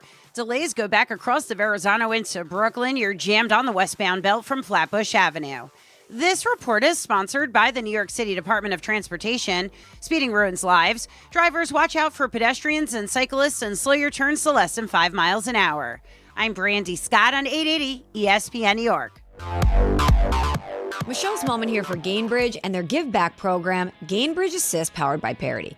Gainbridge and Gainbridge Assist, powered by Parity's goal is to empower girls and women through sports and education, providing 32 organizations in 21 states $222 of grant funding during 2025. These grants aim to level the playing field and expand access to sports and education for girls and women across the country. Here's to a future with no limits for women's sports with Gainbridge and Gainbridge Assist, powered by Parity.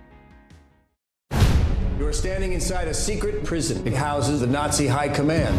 I'm going to put Hermann Goering on trial. Sony Pictures Classics presents Nuremberg, starring Academy Award winner Russell Crowe, Academy Award winner Rami Malek, and Academy Award nominee Michael Shannon. Do you plead guilty or not guilty? Schuldig. Order! Order! Nuremberg, now playing only in theaters. Did you or someone you know participate in fraudulent fan behavior? I'm a fraud with a capital F. Is your friend a fraud? I have been a complete and utter fraud. Are you a fraud? What is fraud? Let's ask Don McGregor. Screw! Go scratch yourself!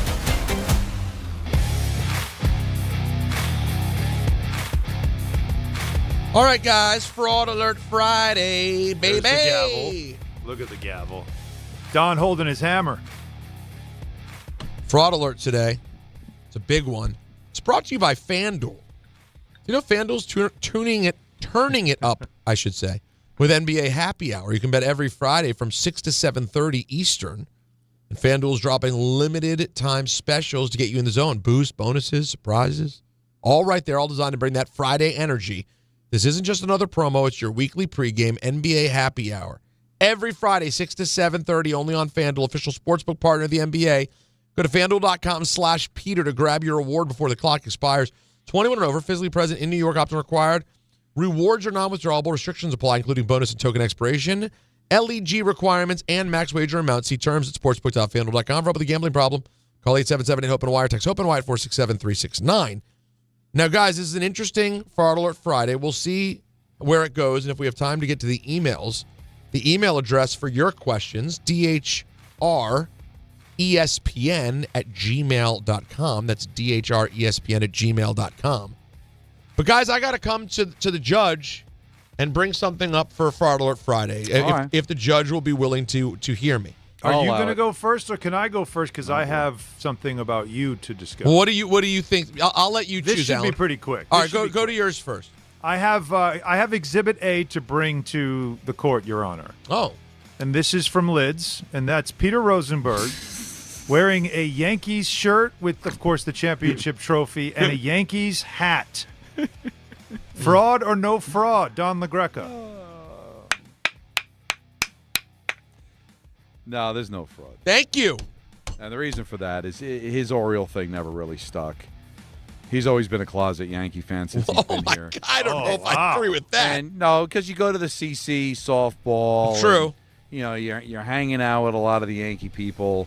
But I get it. It's all business. Baseball's all business for Peter. He's never really had an allegiance of any sort. You can call him a fraud in hockey and a fraud in basketball because of the teams he roots for. Yeah. But baseball, he has made no – he's tried to do the whole Oriole thing. It never really stuck. Yeah. And well, that's their fault. And he's had a relationship with Lids. That was a strict business decision, no fraud. Thank you. I think it's fair. I'm glad you ruled that way because my feeling was if you can make money off it, it ain't fraud.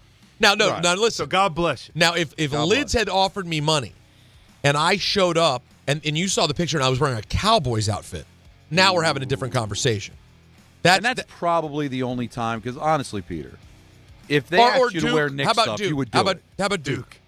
Put you full Duke. Duke would be a problem. Cowboys would be a problem. Giants would be a problem. Yeah, anything NFC East would be a big certainly would be a problem. Yeah, because that's the team you actually do care about. I think that if it was an NBA campaign and they asked you to wear Knicks stuff, I think you would do it. Yeah, I wouldn't care that much. Because you've been teetering. I'm on the line. And if it were a hockey thing and you had to wear, Rangers, Devils, or Islanders, I think you would do it. Yeah. I think Capitals you're right. you would do. You're right. All right. But football and Duke. By the way, I want you to know that not only did Alan bring this up for Fraud Alert Friday, he also asked me if he could have the shirt. Yeah, I do want the shirt since you're not going to use it. I got you. It does look nice, though. Oh, by the way, it's beautiful. And the picture of the ad looks fantastic, Peter. Yeah, and go to my Instagram, Rosenberg Radio. There's some fun stuff, some photos in there, and a little spot that I did with Dominic Mysterio and Stephen A. Smith. And then me and Dom have another spot coming out that I'm excited about that's really fun. All right, now here we go. This isn't fun. This is where Fraud Alert Friday gets serious. Judge, do I have your attention? Yes, you have the floor. So, Don, after you unceremoniously left the show mid-sentence. Was it unceremonious? It was very well planned. It was meticulous even. It was mid-sentence. We were like, Don, it's gone. Wait, well, that's Anthony's fault then. No, I mean, he turned it was Anthony's fault? All right, you know what? You suck, Busek. Thank you. All right, perfect. Now, after you left. I just made his weekend, by the way. I decided that we should pick up a call from Danny in Long Island because he's on hold for a long time, and he had a comment about my Halloween costume. Which was what the Halloween costume again? So if you haven't been on my Instagram page in the last couple of days, 101 Dalmatians. This was my wife's big thing, okay? Why do you say Dalmatians, by the way? Instead of Dalmatians? Yeah. I'm a Dalmatian guy. Okay. I don't know. I don't know if it's wrong. It's just different. I thought Dalmatians. Yeah, I guess Don says Dalmatian. Oh. So, anyways, my wife is big on the Halloween pictures. One of those. In fact, we announced our pregnancy last year, if you guys recall. Yes, I remember. On Halloween with the photo shoot where my wife had us all wear the skeleton outfits, and we had the baby skeleton. Rocky was in it. Bear was in it. It was great. Felt like it was a month ago. Yeah, but it's been a year. So now we do this one, and my wife wanted to do 101 Dalmatians. Don't let me get. I know. I'm not going to start doing it. I'm just fine. do what you got to do. No, you're right. You're right. So her plan is she wants to be Cruella de Vil. She wants the rest of us to be Dalmatians. Okay. Myself, Bear, and Maya, all Dalmatians. Okay. Okay. The picture's all on my Instagram. You can take a look. We go out. On the street, someone notices her outfit and goes, Cruella, it's a firefighter. And he jumps out of the truck with a Dalmatian. Natalie strikes up conversation. I come over. He goes, oh, snap, it's Peter Rosenberg. I went, hey, how are you, buddy? I'm wearing a ridiculous outfit as a Dalmatian. We have a lovely chat. This guy, Corey, he's like, yo, if you guys want to do your photos at the firehouse and have JT, the dog, be in the photos, come to our firehouse. Wow. So a few days later, Natalie and I go, and she's very excited. She added some accoutrements she didn't yet have for the photo. We take the photo. It's on my Instagram. My wife loves pictures. Do you guys think I wanted to go out for a second photo shoot because the first one wasn't good enough? No, but I'm a husband, and she cares, and it's our daughter's first Halloween. I dress up as the fakakta dog. We all go outside. Even Bear. You want to see an angry creature to dress up. Bear's dressed up as a different kind of dog. We go do the photo shoot. The pictures are up. Danny calls us yesterday, Don, and basically said something, Alan, I think you'll think I'm describing this. Peter, pretty weird that you dressed up like that. Now, your wife, I mean, how do I describe her outfit? I would say she's not exactly wearing a turtleneck, if you know what I mean. Okay. Mm-hmm. Yeah. Kind of an awkward reference to my wife's breasts. It's all right. Danny did sound like he wanted a Friday night looking at your Instagram page. Yeah, it's kind of what it felt like. He threw that in there. Trolled your pictures. Yeah, I let it go. I ignored it. Because Danny and I have been on a good page for a long time. That he goes on. You make a nice effort with that. I really think I have. Don, I really think I have. he goes on to say, but like, oh, you went to this place, the Firehouse, all these real men who do all this stuff, and they're such real men, and you're dressed up as a dog, and blah, blah. And Alan and I, you know what? We sort of chuckled at it. We kept it moving, right? Yeah. And then this happens today on DiPietro and Rothenberg. Another show the next day. What was worse, the football game last night or Peter Rosenberg's Halloween costume? Have you seen a picture of that? No, what did he go as? Peter Rosenberg. Let me just say, Danny, it must be awful if it was worse than that football game last night. Yes. Okay, so he's a 46-year-old man. He goes to a New York City firehouse with his beautifully dressed wife as Cruella de Vil. Sexy outfit. He's in a room with real men that break things and run into fires. And he's standing there wearing a onesie dog outfit with makeup on his face. And I'm thinking, what are these guys thinking of when these guys are ready to jump into a fire truck and race up Bill, and they're looking at a grown man in a dog onesie with makeup on his face.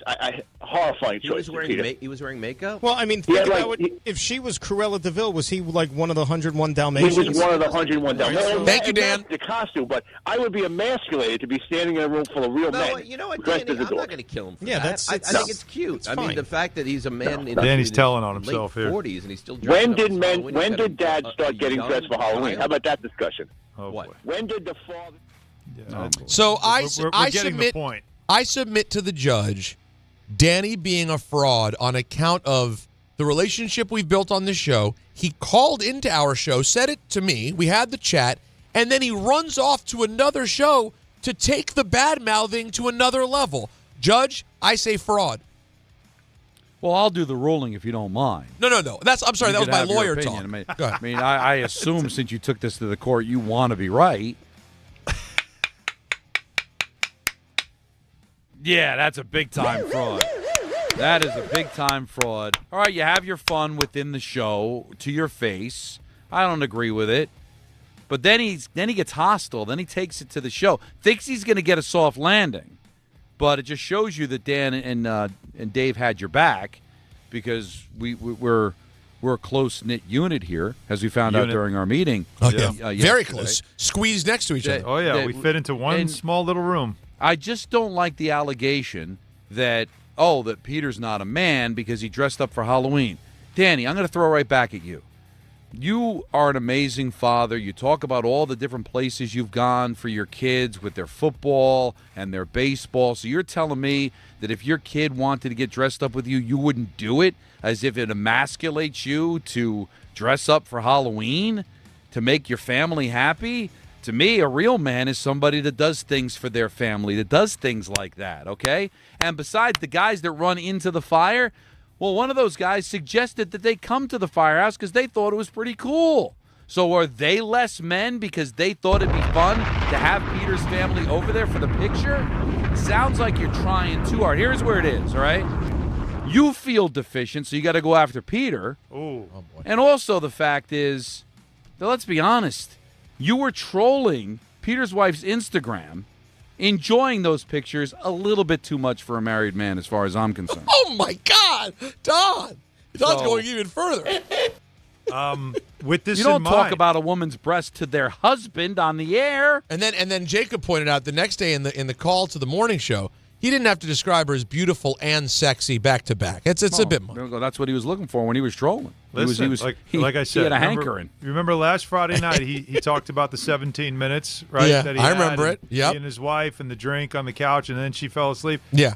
Danny wants 17 minutes with your Instagram account tonight after his wife falls asleep. And he's just upset that I'm getting in the way. He's upset that he'll have to see me in a dog costume messing up the photo. Do we put him on the ban list now? Does he replace? Is there a Danny ban?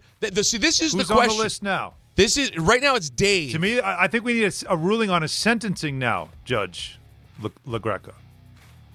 A ban? I'm asking.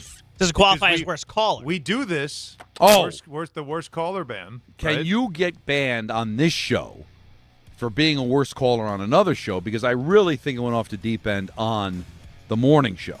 It's a good question. So I need to rule on that before I can sentence. Let me just say this, though. Let's do sentencing on another day. Yeah, well, we'll see what the callers say as the show goes on. There's a lot of passion for this subject in the YouTube chat. I'll say that. We've had this conversation before, Peter. that back in the day, father was mother adjacent, because, let's face it, the reason you always said that was because fathers weren't asked to make the commitments that women had to make, that moms had to make. Staying home, taking care of the kids, changing diapers, taking care of the kids when they were sick. And the father's responsibility back in the day was just to be the breadwinner. That's changed, man. And I don't want it changing to be looked upon as emasculating. That a man has decided to now do his share. Well, let me throw this at you, Don. And part of that, too, is, you know what? The family's doing things together, okay? So there was a time, Peter and I had dads like this. I don't know if Alan did. Where, no, I don't think my dad dressed up for Halloween, okay? No way. This wasn't his thing, okay? And I'm not mad at him for that, because he was being himself. But in no way, shape, or form do I now think that he was more of a man than I was, because I'd throw on a costume, or maybe I would do something silly that my father wouldn't think of doing. So I think we've grown and we've changed. So in that vein, here's the perfect thing I'll say about this to put a bow on it. Danny, of all callers, the irony of it is, he's always talking about his kids. Every call, he's going to this game, he's going to that game. But listen, I got news for you. My dad was working all the time. He wouldn't set foot at one of my games. Didn't care. Wasn't him. I don't say, oh, what kind of dad spends his time going to all his kids' games? It's all in the eye of the beholder. Danny's clinging to some idea that his version is more masculine, and me dressing up in front of these, quote, real men, who, by the way, when I tell you I didn't have one thought of discomfort, of even thinking. I didn't even. And by the way, the quote. I think the only thing you had to worry about, Peter, was the real Dalmatian looking at you, taking a sniff, and maybe wanting to get into it. No, I was mostly concerned with Bear freaking out from being around another dog. But the makeup also he's talking about, it was my wife taking her little mascara pencil and drawing on a nose on me and my daughter. So the whole thing was just silly, and I thought it was a bad job by Danny to, A, go to another show. That's wrong. And B, the whole concept, you kind of end up looking like you're very thin-skinned and weak, that you think I'd be embarrassed to do that. I'll never be embarrassed to do anything to make my daughter smile, or my wife. In the end, all you have to do is say, thank you for confirming that my wife is hot. You know what? Keep it moving. It's one of the great points by Alan. I'm going to chew on that. We'll have a sentencing on Monday. Sentencing on Monday. He wants to deliberate over the weekend. Now, I don't know if you wanted this to be the whole segment, Peter. It was fabulous, no matter what. Do we have if we do have people that wanted to contribute, I am willing, if you guys are, to carry this over to the next segment. Oh yeah, I got some emails. And we also have some calls. Alan? We do have a couple of calls on it too. So I believe we should carry this over. And there's a poll right now. I just want everyone to know there's a poll in the YouTube chat about whether or not Danny should be banned. Okay. Nervous there. So we'll do all that. I will deliberate over the weekend. And you'll deliberate over the weekend. And on the other side of this, we'll take some more calls and some emails. A continued Fraud Alert Friday right here on DHR. Finding great candidates to hire can be like, well, trying to find a needle in a haystack. Sure, you can post your job to some job board, but then all you can do is hope the right person comes along, which is why you should try ZipRecruiter for free at ZipRecruiter.com/ESPN. ZipRecruiter doesn't depend on candidates finding you. It finds them for you. Its powerful technology identifies people with the right experience and actively invites them to apply to your job. You get qualified candidates fast. So while other companies might deliver a lot of hay, ZipRecruiter finds you what you're looking for. The needle in the haystack. See why 4 out of 5 employers who post a job on ZipRecruiter get a quality candidate within the first day. ZipRecruiter, the smartest way to hire. And right now, you can try ZipRecruiter for free. That's right, free. At ZipRecruiter.com/ESPN. That's ZipRecruiter.com/ESPN. ZipRecruiter.com/ESPN. Fight fans, Bud Light and ESPN New York are sending you to UFC at Madison Square Garden. Tap the Bud Light tile on the ESPN New York app and enter for your chance to win a pair of tickets in the ESPN suite. Catching the action alongside me, Peter Rosenberg. Through November 7th, listen and enter through the Bud Light tile to score your shot at the ultimate fight night. Bud Light is the official beer of UFC, so make your move now on the ESPN New York app. Must be 21 and over. No purchase necessary. Void where prohibited. Rules on the ESPN New York app. Please enjoy Bud Light responsibly. 1 in every 6 men is likely to be diagnosed with prostate cancer in his lifetime. That's why New York Presbyterian wants to remind men over 50 to book a prostate cancer screening. A simple blood test is all it takes. It could save your life. Screenings are available across New York City and Westchester at locations near you. Schedule your annual prostate cancer screening today at nyp.org/cancer screening. Stay amazing. New York Presbyterian. Dave Rothenberg here to tell you about my friends at Bathfitter. Now, they converted my kids' bathtub to a shower and did an incredible, really an unbelievable job. They offer all types of custom bath renovations, including their unique PermaFit solution for a watertight fit done in just one day. Durable and easy to clean with no demo or mess and lower cost than a standard replacement. And a lifetime guarantee. Right now, no money down, no payments, no interest until 2027. So start designing your bath today like we did at bathfitter.com. There's only one Bathfitter. Tire care shouldn't come with extra costs or surprise fees, and it should be simple, straightforward, and stress-free. So at Midas, they're rolling out the limited lifetime tire guarantee. Included with every tire purchase with paid installation, you'll pay nothing for flat repairs, nada for flat replacements, zilch for tire rotations every 5,000 miles, and zero for other preventative maintenance. So with this limited lifetime tire guarantee, you'll pay a whole lot of nothing compared to what the other guys charge for tire care. That's a limited lifetime tire guarantee only at Midas. Caffeine doesn't have to be bitter or boring anymore. 5-Hour Energy shots are bringing the flavor and the energy. One of my personal favorites, Strawberry Banana, is giving smoothie vibes in a compact caffeinated shot. Whether you like your energy sour, fruity, or tropical, with 17 flavors, there's something for you. And yeah, it's got as much caffeine as a 12-ounce coffee, but zero sugar and no crash. Big flavor, tiny bottle, tasty caffeine done right. You can grab yours in store or hit up 5hourenergy.com or order on Amazon today. Hey, it's Reese Davis. Let's be honest, you can't keep an eye on everything unless you've got Blink Outdoor 4 cameras. While you're focused on the game, Blink's keeping an eye on your home. With up to 2-year battery life and with Sync Module XR, you can cover more space without constant maintenance. No wires, no worries. Blink helps keep an eye on what matters most. Get Blink today at the Home Depot. How doers get more done. Hey, I'm Mike Slater. My dad passed away at the age of 63. It's out of nowhere. Had a stroke. Super hard, obviously, for the whole family, but my dad had life insurance. This is why I have life insurance for my family, for my wife and 4 kids. And the best place to get life insurance is ethos.com because you can do it in 10 minutes. And there's no medical exam and no blood test, just a few health questions. Get life insurance in 10 minutes so your family is protected. Ethos, E-T-H-O-S, ethos.com/play. In the city that never sleeps and never stops talking sports, ESPN New York is always on.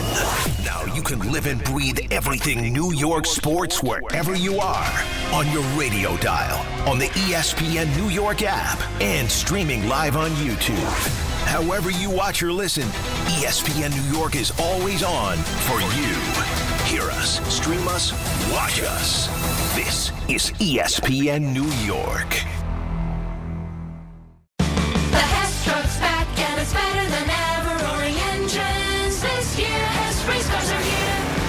The Hess stock car racers are loaded with lights, sounds, and a powerful racing motor.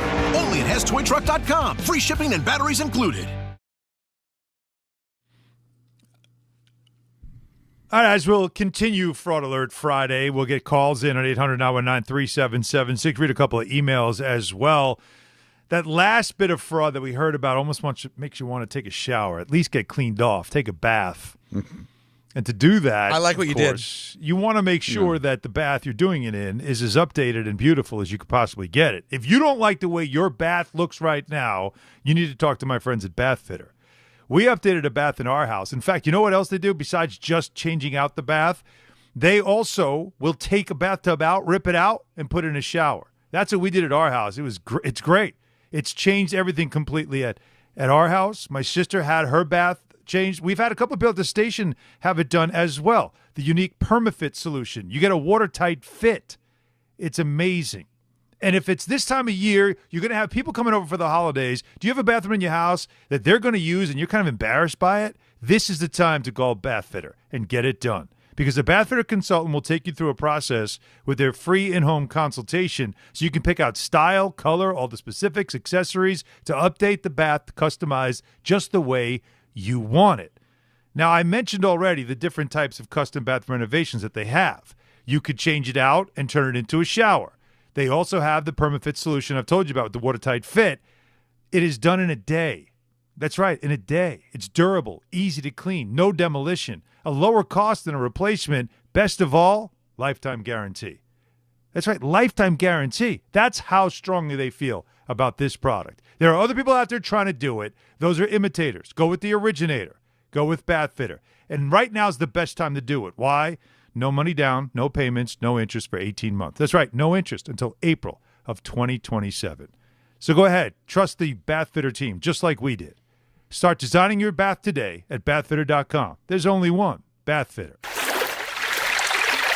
And now let's continue with Fraud Alert Friday with some calls and emails and everything else, boys. All right, let's see. Which direction you want to go here? You want an email first? You want to follow up? You want calls with people commenting on Danny? Don, what's up your alley? Probably should stay with it, right? Yeah, I guess you're right. Yeah. You know what? I don't know. Yeah, sure. Stay with the Danny stuff and then get into the email. Well, all right, let's go to John in Great Neck. Hey, John. Hey, guys. You guys are the best show on the station, but as far as Danny goes, it's very cringeworthy.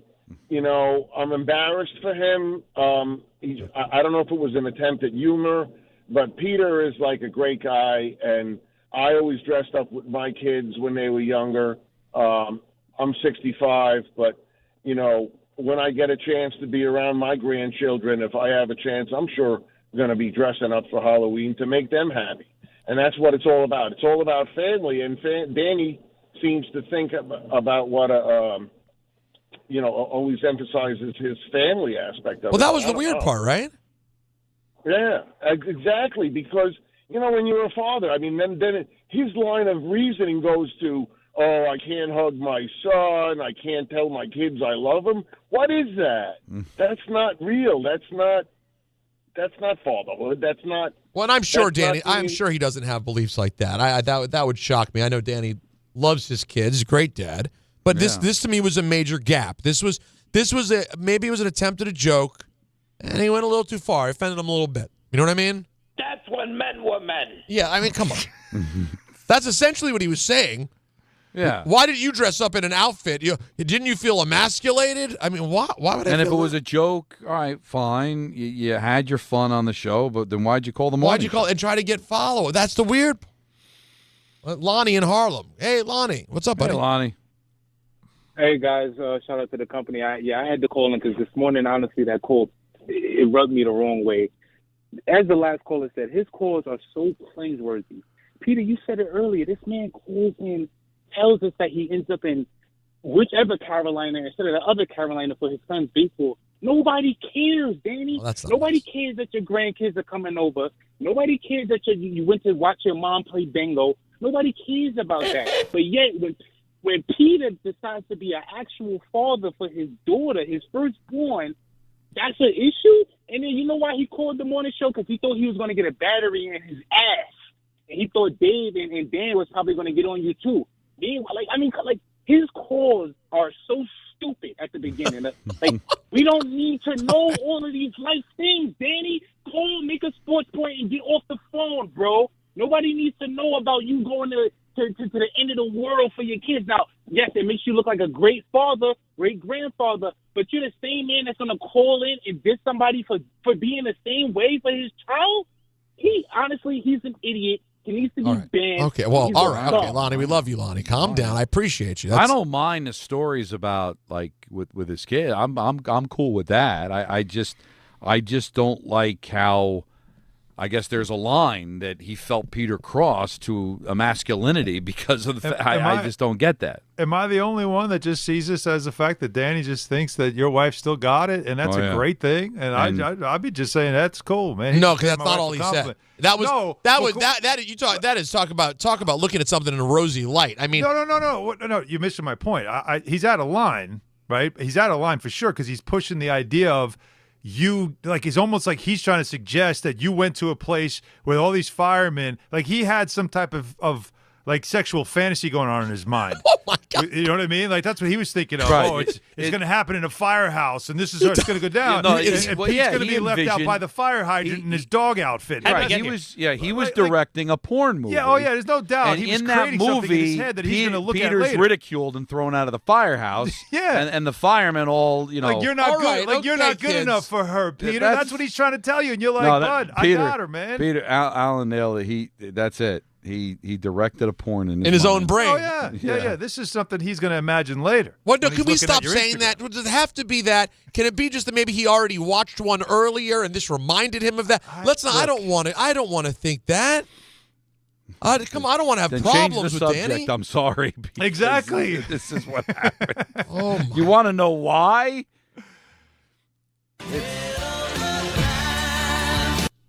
Danny in Centerport. Hey, Danny. Okay.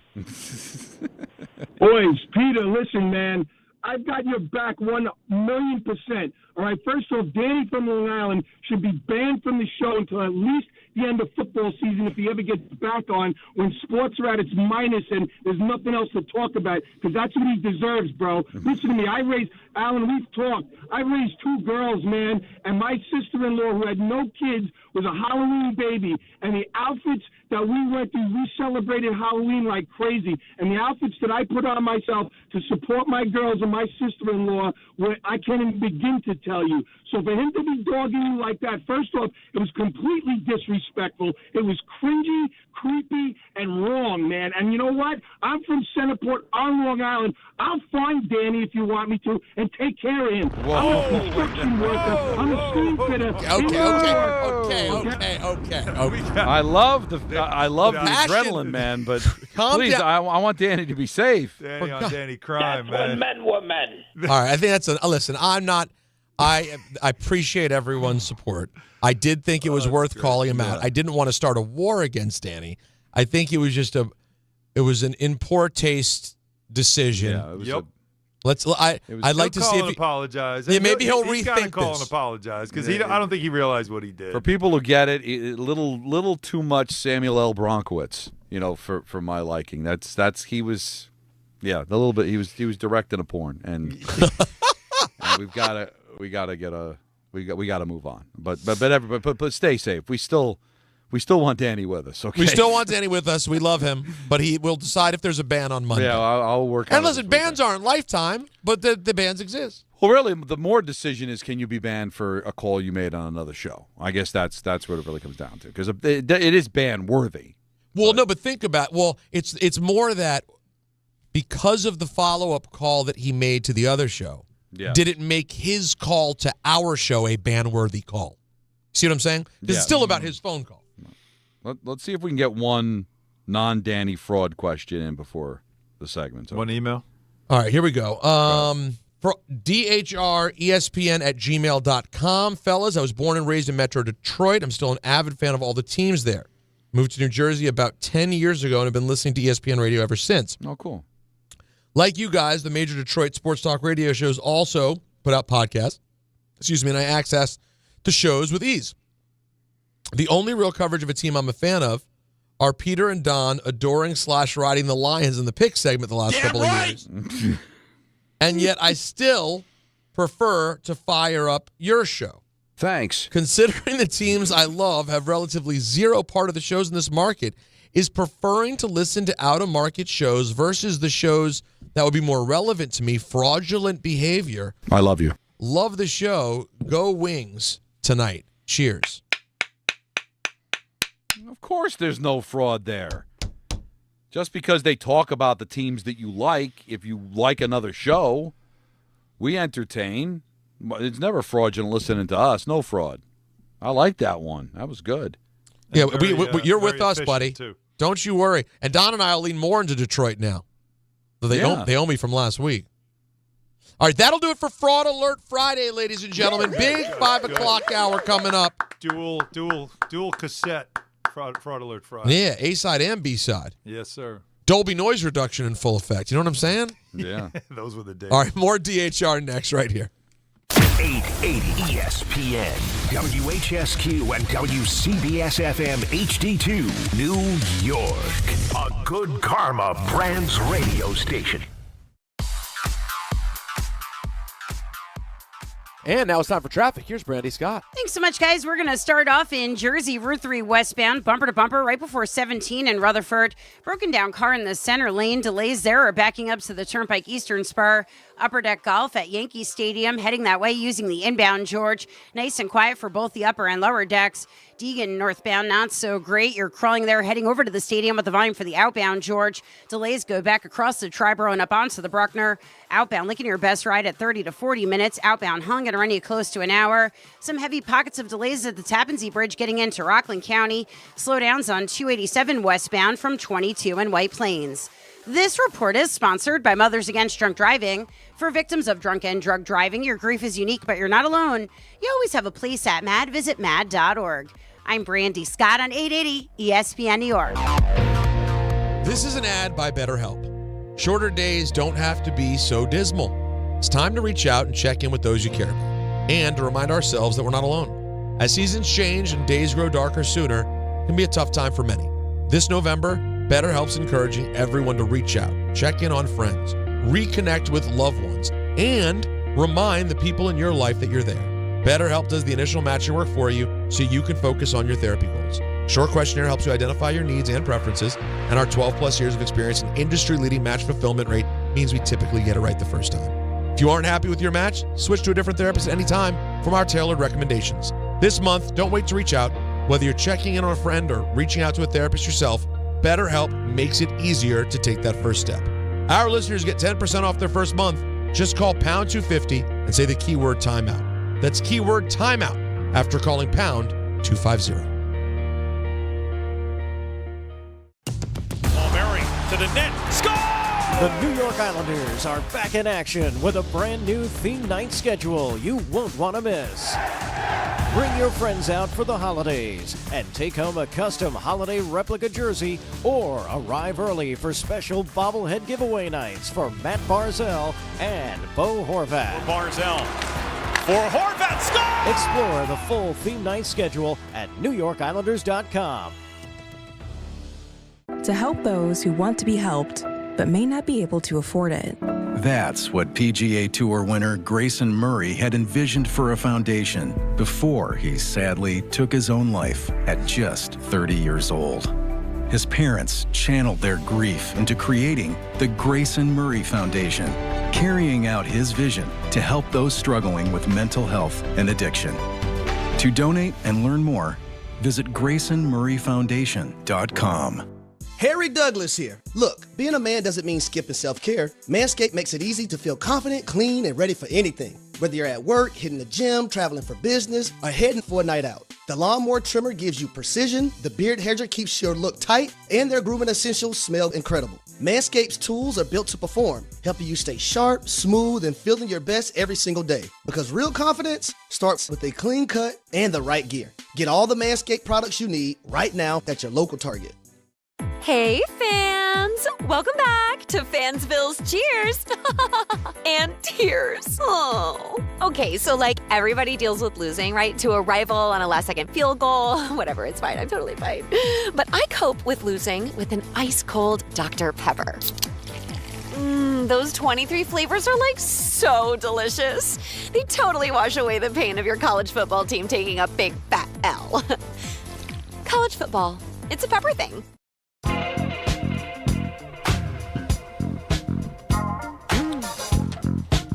Game Time is brought to you by Tullamore Dew Irish Whiskey, because when it's game time, fellas.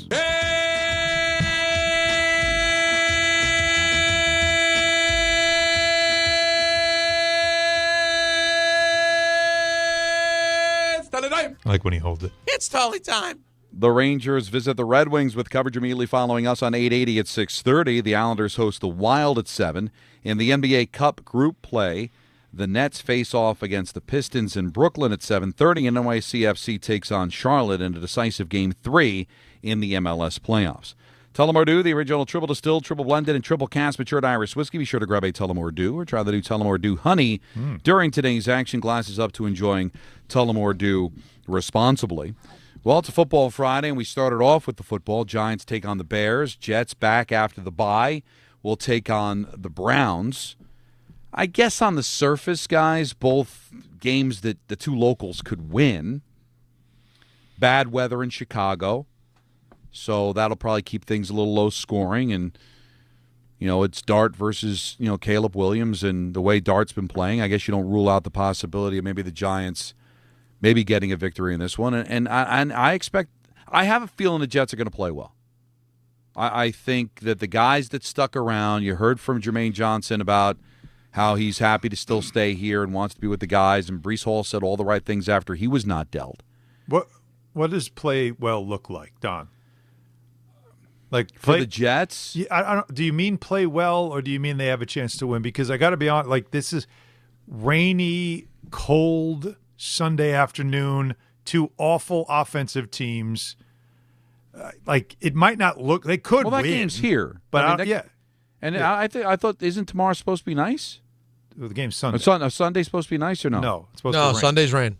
Oh, okay. Yeah, they're saying now. It's going to be rain. It's barely going to touch 60. No, well, that's so not it's terrible. It's going to be miserable. I think it's going to be really bad in Chicago. But play well, meaning, listen to the way they played last week in the fourth quarter. Can that continue? Okay. I mean, if I'm Justin Fields, I've had a miserable year. I've got called out by my owner. Oh, yeah. But I do have the Pittsburgh game on my resume. I've got moments in Tampa. I've got the fourth quarter against Cincinnati. It's not been all bad.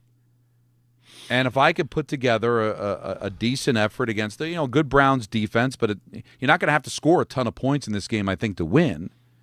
Right. And I think it's important to respond because the guys that are here have two choices. Put their head down and say, I'm here. I want to make this work. I'm going to give an effort, and I'm going to do the best I can for the rest of this season. These are my teammates. We're here. The guys that got traded aren't here anymore. The organization has the reasons to do what they did, but I'm here, and I want to win, and we're going to go out and give our all.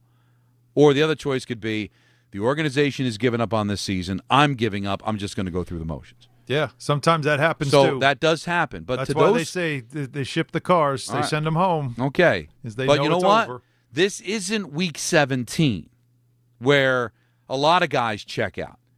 You've got 9 games left in your season. 9. More than half the season left to go if you're the Jets. If you're going to check out now in a winnable game at home, that is going to be ugly for you in the organization, but especially you, because everything you do is on film. But don't you think this is that's what puts, and I know why you're talking about the importance of playing well. Yes. The importance of playing well has nothing to do with the players. It has to do with the coach. So what you're saying is you need to know, do I have a leader? Because the game plan is game plan. You can't worry about game plans and all that stuff at this point now, right? You have a young offensive coordinator who's had some bad days and he's had some good days. Mm-hmm. You've got a defensive coordinator we all know is the whole league knows what he does. There's nothing new there. And they have underachieved. And they've made a lot of changes now where you're going to be very young now on your defense.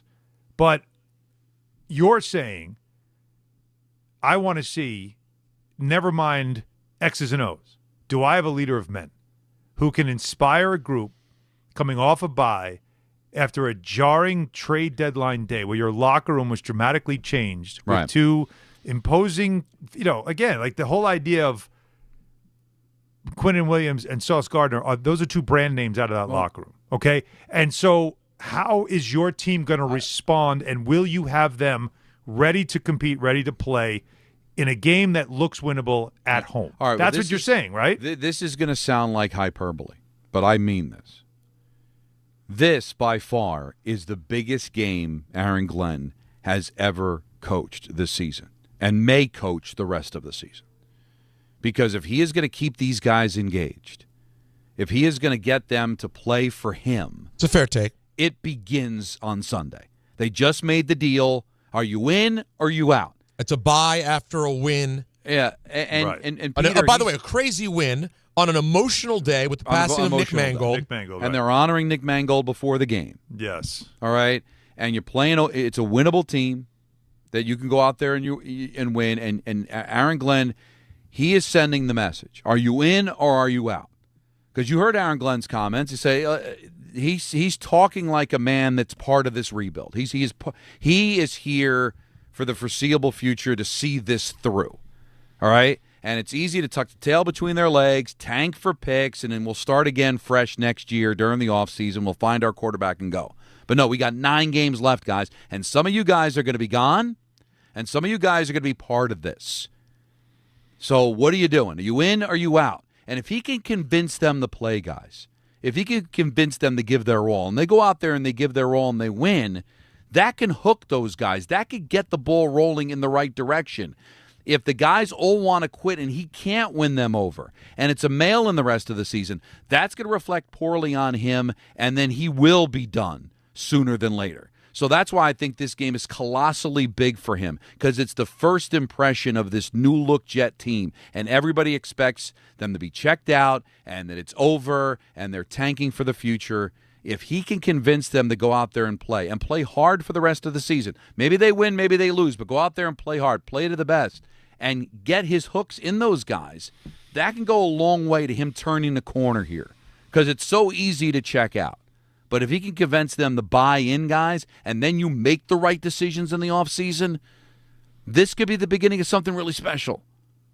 Because you can't all do it in boardrooms. It all can't be done behind closed doors. It also has to be done on the field.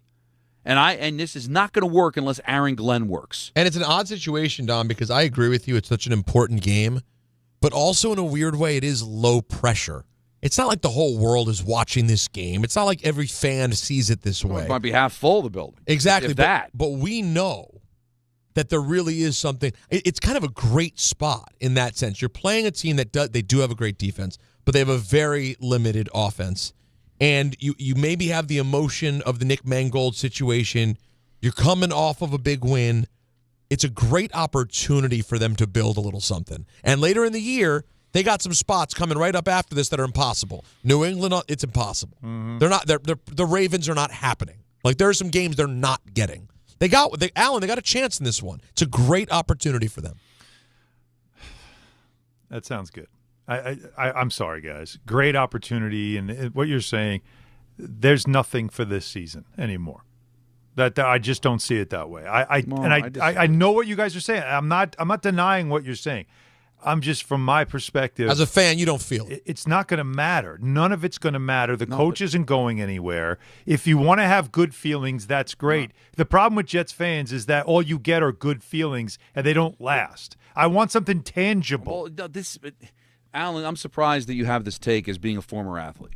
Because when I work with Greg Buttle, when I worked with Dave Maloney, and it's the end of a season, and the game is meaningless, and the Don, team's already that part. No. I guess I'm not saying it clearly. This isn't about the players. I'm talking about from my perspective. Great opportunity. What's the opportunity? No, because the opportunity is to have the third overall pick instead? No, I don't care. Just get me to where it matters. It doesn't. What matters is, do you have a coach, Alan? And this is the first real chance to see if this could be the guy to keep them engaged when everybody could just tap out and say, we'll see you next year, including the coach. If he can get these guys to play, inspire them to play, you don't think that goes a long way to his resume? None of this is going to work unless they find a coach. Could this be day one of that regime? He's not going anywhere, man. But I know he's not going anywhere, but is he going to stay here, and is it going to work? He's going. If I say he's not going anywhere, he's staying here. They're going to build their team. This year's team is someone else's players. I keep saying this is other people's players. This is not their team. I want to see in the offseason what kind of magnet he is to bringing in players, the type of players he wants. But don't you think some of those players are going to look at how these last 9 games went? Do I want to play for this coach? Do I want to play for this organization? I wasn't there. I don't care how they looked. I wasn't there. That wasn't me. All the more reason if he can make it work. Everything's working against him. It's so easy for the players to give up. Half the guys know they're not going to be here. But, Garrett Wilson looks like he could be here. Breece Hall looks like he can be here. Maybe. Maybe not. But if he's able to get those guys to play, even though their future's unknown, that can go a long way. And the reason I brought up the Dave Maloney and the Greg Buttle is there's no such thing as meaningless football. There's no such thing as meaningless. Of course not. So they're going to go out, and so there is value to now. It's not coaching for the standings. it's not coaching for any other reason but to show, hey, I can coach. I can inspire my players. I can fire them up. I can get them to want to play and be Jets. When nobody wants to be a Jet, I'm going to get them to play for me. I understand everything you're saying. I'm not saying you're wrong at all. But that's all stuff that's completely like for me as I'm watching, I don't feel any of that. What you're saying has to do with what's going on inside a locker room. What you're talking about is a coach. He might not have any control on the ability to win because they don't have enough talent to do it. That was abundantly clear this year. And all they did was get worse at the trade deadline. They didn't get better. Did they add a couple of wide receivers that two teams didn't want? Yeah. Two wide receivers that couldn't get on the field for their own team. So they added some wide receiver depth, which is going to be important for Justin Fields. Yes. Those guys are going to get all the chance to play. And so you're curious to see, does Mechie take advantage of the opportunity? Does Williams? Like, these are things that you're like, okay, like those are pieces. They did not get better. They got worse as a team. So yes, it sounds great. And I'm not trying to be that guy, Don. When have you ever known me to be a pessimist? No, I know. I get it. This is how it looks like. It's just how I feel. But I've covered bad teams. I've talked to players. I know that the idea for those guys is this stuff matters because I'm putting something on tape. There's always scouts watching. I got to play for next year. I got to worry about me. So guys are going to be competitive. They're going to play because there's always a purpose if they're keeping score. I'm not denying any of that. But I don't think it's going to have any impact on what happens next year. If they win 2 games late in the season, it's not going to change. Aaron Glenn's going to be the head coach next year. Well, but what if it's more than that? What if they win? What if they win a few games? What if they surprise you and really compete with the good teams? Well, then, and you see a different look from them. Well, then their pick is going to lose value. But I think they gain value in being a team that I want to go play for. Like even if they lose out, which I don't think they will. But they're in every game and they're engaged. And then the message around the NFL is, I tell you, Aaron Glenn, he's doing a really good job over there. Those guys are really breaking their ass for him over there. That's a team I want to go play for. Again, but lose every game 40-0. Right. Yeah, you get the better pick, but people are like, dude, Glenn completely lost the room. Well, everybody completely checked out. Why can't you lose like Woody the Giants Johnson's a kook. I don't want to go there. Well, the last part you can't control. But why can't they lose the way the Giants are losing? Like the way Anthony said he's going to expect the Giants to go, like 32-28 losses. Like, so you're competitive, but I don't think they're good enough to win. I'm with you. You don't look like a team that's checked out. That's a bad look, for sure. But I don't expect that. And they really haven't been that team that's checked out. But you're completely up against it with the Jets. They just traded 2 of their best players away. You've only won 1 of your first 8 games. The impression seems to be around the league that they're just going to lose out. They're going to go 1-16. They're done. Glenn's a goof. And if you change that, you could change that narrative and get people buzzing about, hey, that's a coach I want to go play for. So how it looks is important. The difference with the Giants is there's a resume already there of 3 consecutive 2-7 starts. So winning becomes more important for the Giants. It's beyond what it looks like. Now you got to start winning some games because you've built up a resume. Glenn's creating his resume right now. You don't want to judge somebody on 8 games. Even Damian Woody said yesterday it's incomplete. We don't know. But now with the whole world thinking that you're done, if you're able to generate something, that could look good for the coach and maybe make you feel good about the coach. No, listen, I get why someone like Allen, why this whole spiel Don and I are giving would not get you excited. I truly do get it. But from an objective outside standpoint, by people who aren't beaten and broken by this, and I'm accepting of the fact, even though you knew I was no big supporter of Aaron Glenn, that he's going to be the guy who's there, and they're going to try to give this a shot and start over again. I think this is the objective, accurate way to look at this season, even though I understand if I were a fan, I might just be sick and not want to see it. Yeah, that's why I've yet to tell Don he's wrong. I've yet to say he's wrong. My perspective looks at it differently. That nothing's going to change. Right. The value of that draft pick is critical. But when you watch I'm sorry, go ahead. When you watch that game on Sunday, in my opinion, you root for the Jets to win the game. They may not win, probably won't. I don't know. That's what.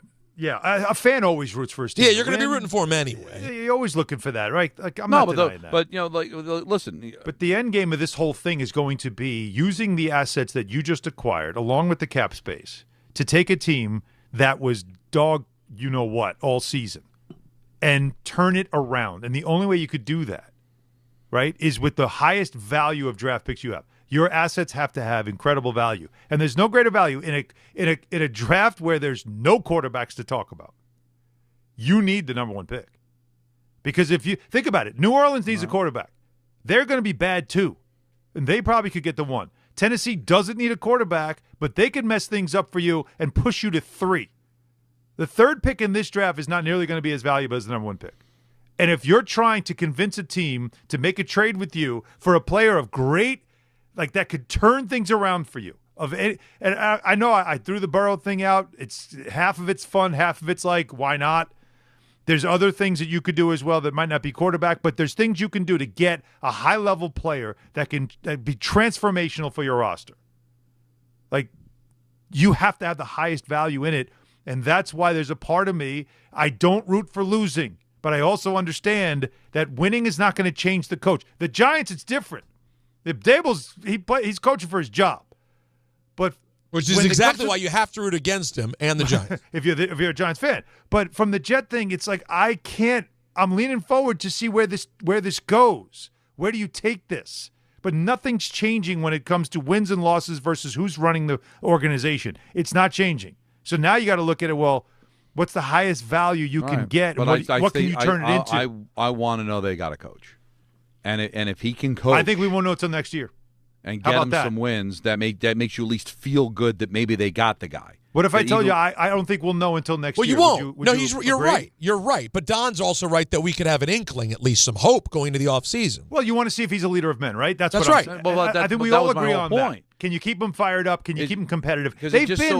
They haven't been a team that's let go of the rope this year, have they? Have we seen them quit? Not yet. No, but it could after the trade. Yeah, you're right. You just said if my brother got dealt and I got to stay on the team, I might want to tap out. Breece Hall didn't get a contract, didn't get traded. He said all the right things, but maybe he's checked out. And maybe Garrett Wilson's like, I'm not going to go kill myself for a quarterback that's not even going to be here next year. Like, all these guys have all the reason in the world to say, you know what, I don't want to get hurt. I'm just going to go through the motions and get the hell out of here. Right. And if Aaron Glenn can get them to do the exact opposite and buy in, that could have, to me, a tremendous amount of value moving forward. What do you think? 1-800-919-3776. Squeeze in the phone calls because at 5:45 we got our picks and 6 o'clock at CNN. Should we even bother? With our picks? Yeah. I'm gonna pick my nose during the segment. There you go. And fling it right at the screen. I'm and taking have first place back, baby. Don Hahn Rosenberg, ESPN New York. Hey, bro, weirdest thing is happening at the game. This guy sitting next to me says, "You're our good luck charm." Every time I crack a Bud Light, we score a touchdown. Now his entire family wants to buy me Bud Lights. I think I'm some kind of a football prophet. Talk soon. The team needs me. Anything for Bud Light, the official beer sponsor of the NFL. Stock up today. Enjoy responsibly. Copyright 2025 Anheuser-Busch Bud Light Beer, St. Louis, Missouri. FanDuel Friday is turning it up with NBA Happy Hour. Every Friday from 6 to 7:30 p.m. Eastern, FanDuel is dropping limited-time specials to get you in the zone. Boosts, bonuses, surprises, all designed to bring that Friday energy. This isn't just another promo, it's your weekly pregame. NBA Happy Hour every Friday, 6 to 7:30 Eastern. FanDuel is dropping limited-time specials to get you in the zone. Boosts, bonuses, surprises, all designed to bring that Friday energy. Only on FanDuel, official sportsbook partner of the NBA. Visit FanDuel.com/Peter to grab your reward before the clock expires. 21 and over and physically present in New York. Opt-in required. Rewards are non-withdrawable. Restrictions apply, including bonus and token expiration. Leg requirements and max wager amounts. See terms at sportsbook.fanduel.com. For help with the gambling problem, call 877-8-HOPE-NY or text HOPE-NY 467-369. If you've been injured on a construction site, then you need a lawyer who knows New York's unique labor laws. At the Parisman Firm, they have decades of experience handling construction accident cases and a proven track record of delivering huge results. Their team has already recovered nearly $1 billion for hardworking New Yorkers. From scaffold accidents to slip and falls and equipment failures, they've got your back. Call the Parisman Firm now at 718-WORKERS. That's right, 718-WORKERS, because your case is their cause. Get the justice you deserve today. Ox Spine at New York Presbyterian is always in pursuit of a better way to heal the spine. We're getting more people moving again with minimally invasive, non-surgical, and surgical treatments with innovative solutions for every back and spine condition and your unique needs. Expert spine care is available now across New York City and Westchester. Find a doctor at nyp.org/oxspine. Stay amazing. New York Presbyterian. Hey, it's Alan Hahn. Let me tell you about my friends at Bath Fitter. They remodeled the bath by my pool. They converted a tub into a shower. The result is amazing. Bath Fitter offers all types of custom bath renovations, including their unique PermaFit solution for a watertight fit. It's done in one day, easy to clean, and durable with no demo or mess, and it costs less than a standard replacement. Plus, a lifetime guarantee. Right now, you get no money down, no payments or interest until 2027. So start designing your bath today at bathfitter.com. There's only one Bath Fitter. At City Harvest, we believe no New Yorker has to go hungry. With your help, we're on the road 365 days a year, rescuing over 77 million pounds of nutritious food and delivering it free to millions of New Yorkers, transforming surplus food into sustenance, sustainability, and smiles, rallying thousands of New Yorkers to power a network of nourishment across our city. One day, one meal, and one New Yorker at a time. That's how we feed good. Donate at cityharvest.org. Now let's take a look at the traffic with Brandy Scott. Thanks, guys. We're going to start off again in Jersey. A mess on 80 eastbound over in the locals right after 17 in Lodi.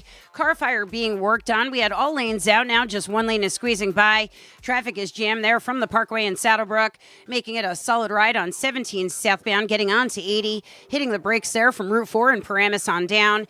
Inbound George, about 5 to 10 for the upper deck. Best of it's to the outbound side. Henry Hudson, Deegan southbound, a bumper-to-bumper ride from the Mosholu on down. Outbound Lincoln already about 30 to 40. Outbound Helena cost you an hour plus.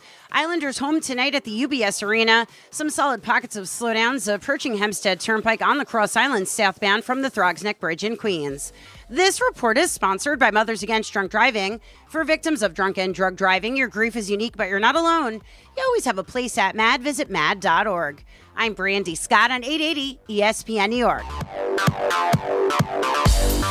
The post-career day press conference brought to you by Progressive. Anthony, can you tell us what happened during career day? I'm a biomedical researcher. The kids just weren't impressed. How did you feel when your son called in the backup? Embarrassed, and I knew it would be a fireman. It's always a fireman. It's cliche, but a crowd favorite. He had an axe and everything. I can't compete with that. And will the fireman be helping your son with his science fair project? Hope not. I'm literally a scientist.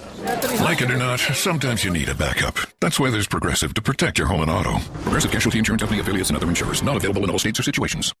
Every great team has its core players, but when the season gets tough, adding the right free agent can make all the difference. The same goes for business. At Robert Half, we found that 67% of companies surveyed plan to increase their use of contract talent to handle workload peaks and backlogged projects. With Robert Half's specialized recruiters' experience, combined with our award-winning AI, you can quickly find the skilled candidates you want. At Robert Half, we know talent. Discover how we can help at roberthalf.com/talent. Picks coming up in the next segment. ENN at 6. We're out of Dodge at 6:30. That's because we got the Rangers and the Red Wings coming up from Detroit. That's how they say it up in Canada. 1-800-919-3776. They say Calgary and they say Detroit. How about that? The Calgary thing I don't like. And they say a boat. An boat. Organization. We know those. And Sorry. Yes, it is Sorry. Sorry's big. Yeah. We got a lot of a boot from Graves yesterday, right? Yes, we did. There's a couple of heavy boots. That was a good spot. A very good spot. He's awesome. It's Adam Graves, you and me. Sure. Let's tell me where to go. I'll go. You'll do it? Sure. Dare him. I dare you. Well, how about Bear in Piscataway? You're on ESPN. Bear? Where's my drop? Hey, Bear. Hey, guys. Thanks for taking my call.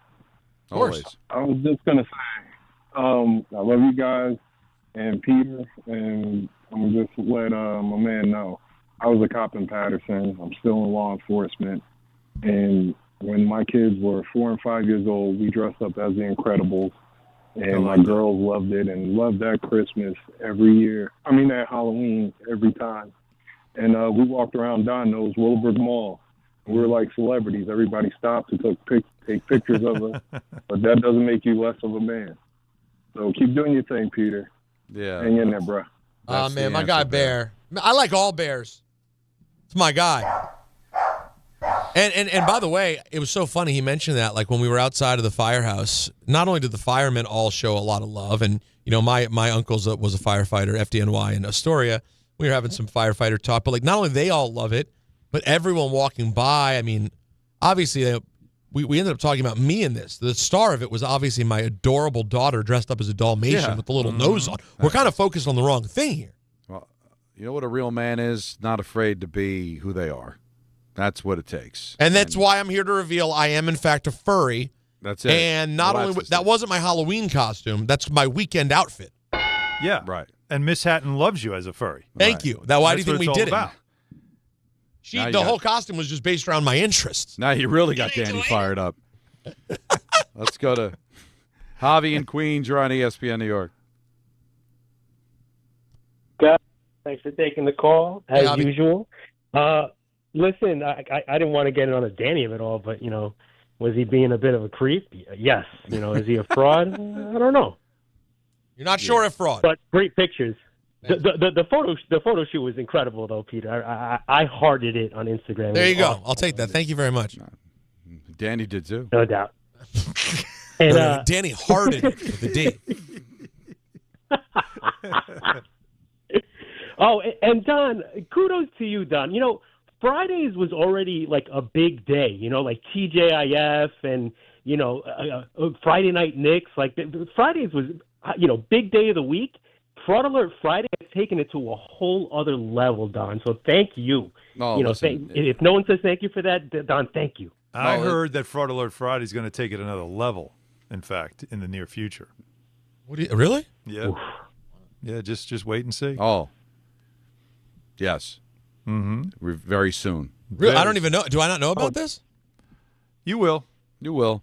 Yeah. Wow, I feel left out, but okay. That's what happens when you come late to the meeting. That's it. I missed something? Oh, yeah. You missed it. Today?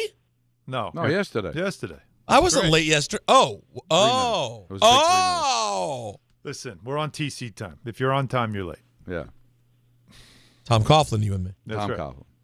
Let's go to Ernie in Butler. You're on ESPN New York. That's where my grandma used to live. Oh, no. Hi, Ernie. I think we lost Ernie. You don't know that. Did I just hang up on Ernie? Oh, dear God. You probably did hang up I on thought Ernie. that was our last call. I'm sorry, Ernie. Call right back. There's a line open. Jump in. Jose in Connecticut. There we Can got you Jose. Connect them? There you go, buddy. Hey, Jose. Hey, what's up, guys? Listen, I wanted to talk about Dart, but you guys are talking about the coaches, and I wanted to give you a name that I love and one that I hate. Okay. One that I would love is for the Giants, obviously, is Lane Kiffin. I do think it would be his second time coaching, and he bounced back in college from that Raiders debacle, but plus he coached Dart, right? So I think he would be an offensive guy. I would be open to that. And then the one that I hate, because I was listening to Dave and Dan Grassa this morning, I wanted to punch through my phone, is they said they would love to have John Gruden to coach the Giants. I mean, it's like, what kind of debacle would that be? Like, he's not only like, I don't love it's Gruden. a thing. And it'll just bring up all the stuff. Yeah, like I don't know what they were thinking, guys. I don't know what you guys think about that.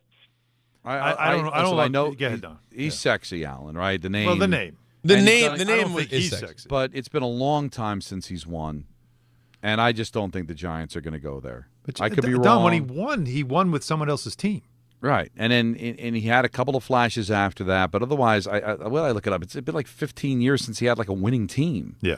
It didn't go well in Vegas, even before all the stuff. And listen, everybody deserves a second chance. You talk about a guy in a New York market that could end poorly. Listen, would it work for us? Would he give us a lot of fodder? Yes. Yeah. But as a fan, I just want to know the guy's going to be a good coach, and I don't know that. Yeah, I don't know that either. Let's go to Dean. Brisbane. Really? Yeah, Dean called back. Oh, Dean's back. Remember, we had Dean at the end of the show yesterday. I'm back. I was not Hey, there. Dean. What's happening, guys? So this is Dean's second time calling in, Don, but the first time talking to you. Oh, how are you, Dean? Very nice to meet you. Good, nice to meet you too. You make me a Devils fan every day. Oh. I apologize for going long yesterday, guys. I'll try to be quick today. All good, buddy. My thing with the Giants situation is I think that Daboll has to go. Daboll, like table, he has to go. And I think if he goes, that Shane has to go with him. My thing is, even if Shane has done a good job thus far, which I think he has, if he's still there, does that narrow down the coaching search? Because you have to bring in a guy that maybe aligns with Shane's thinking or is okay with Shane getting the groceries, so to speak. Or, that's why I think Shane might have to go, and then you bring in a coach and a GM that can work together. What do you guys think about that? I don't think it matters as much. I mean, I don't want to bring in a guy that wants to. I need to see the name. Like if Lane Kiffin says, I want to be the GM too. No, I'm good. I think Lane Kiffin can be intriguing, but I want my coach to coach. I want my manager to manage, and whoever that happens to be. And a good GM, he can work with any coach. Yeah, because exactly. the coach gives you the grocery list, right? So that's why any GM, you can't worry about it. Again, let's understand the structure in the NFL. It is not like it doesn't. There's no hierarchy of the GM hires the coach or the GM is in charge of the coach. They generally have to work together on the same level. I handle player personnel. You handle X's and O's. You tell me what you need for your system. I'll go out and get it. That's how it's supposed to work. That's how it's supposed to be. Yeah. Now, the phrase that I don't like when people that want Shane gone is he shouldn't be allowed to hire another coach. Well, he didn't hire Daboll. They came together. Exactly. So some could say, well, he deserves to maybe bring in, his own guy. I mean, I'm sure he was on board with Daboll. They came from the same organization, but I'm more on the fence. If you tell me one has to go, to me it would be Daboll. But I just think it's a chance to get a nice. There's no question slate. that's the answer. Yeah. But there are people that think he's done a good job. There are people that think he's done a horrible job. Listen, every general manager's got spots all over their resume, right? I mean, even John Idzik, who was not a great general manager with the Jets, brought in Sheldon Richardson. I mean, like there's guys that and Joe Douglas did a great job. He just failed at the one most important job, and that's bringing in the right quarterback. Yep. They all have, and Gettleman, I think, has aged better based on some of the things that have happened since he was relieved of his duties and information that kind of came out. So, listen, there's good and bad, but you have a chance to start over. I think you just you do that. Kadeem is in the car. You're on ESPN New York. What's up, man? Kadeem's back. Yes, gentlemen. Yes, Don. I've missed you the last 2 times I've called you. Been out of office. It's good to hear your voice, my man. Well, it's nice to be. But you missed it yesterday, so I have a response. They'll catch you up to speed. But Peter, I have a response from my brother. It was quick. It was haste and positive, if I must say. Oh, really? Because you told us yesterday that your brother had been hating on me online. That is true. But, I mean, like I said recently, it was a couple weeks back, so I think if you allow me to, I will give you what he said, and you could see his change of heart. Okay. So he said, most recently, I took umbrage with him criticizing Goldberg for complaining about his retirement match. In parentheses, Peter will know what I'm referring to. But, in caps, after watching Goldberg elaborate on what he was upset about, I now, again in caps, agree with Rosenberg and actually think he could have been even stronger with his criticism because Goldberg is ridiculous. Also, I recently watched an interview with Peter on Chris Van Vliet's podcast. Thank you. Which made me like him even more. As a former journalist myself, I respect his hustle and how far he has come in this industry from just working hard. Me and Peter are now on good terms, especially since you and him are cool. Oh, my God. Our great national nightmare is over. Yeah. And just as a final point to what you said, Peter, I was actually named after Kadeem Hardison. My brother's I was born in 91. My parents, I'm allowed the third child. My parents are like, you two, just pick a name. They were like, obviously, Dwayne Wayne was the coolest person on TV. My parents weren't feeling Dwayne, so they ended up going with Kadeem. So spot on that, gentlemen. Kadeem, thank you, buddy. Tell your brother what's up. And I feel so old that like a character from when I wasn't even that young can be the namesake of an adult man who calls our show. And that somebody born in 91 is 34 years old. Isn't that insane? 91. It doesn't seem like that long ago. Wait, here comes Anthony. Go ahead, say it, Anthony. Oh, boy, here we go. Yeah, make fun of us. Make fun of. Go ahead. Go ahead, Anthony. Tease the elderly. Here he comes.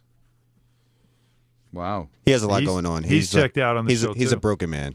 Oh no! Why What does he have happened? is he doing Rangers pregame stuff? No, that's me. But he's doing a lot of other like playlists for the weekend. Isn't it great that does Santiago and Santillo, are they always doing other things during the morning show, like constantly having to fill other roles while also producing?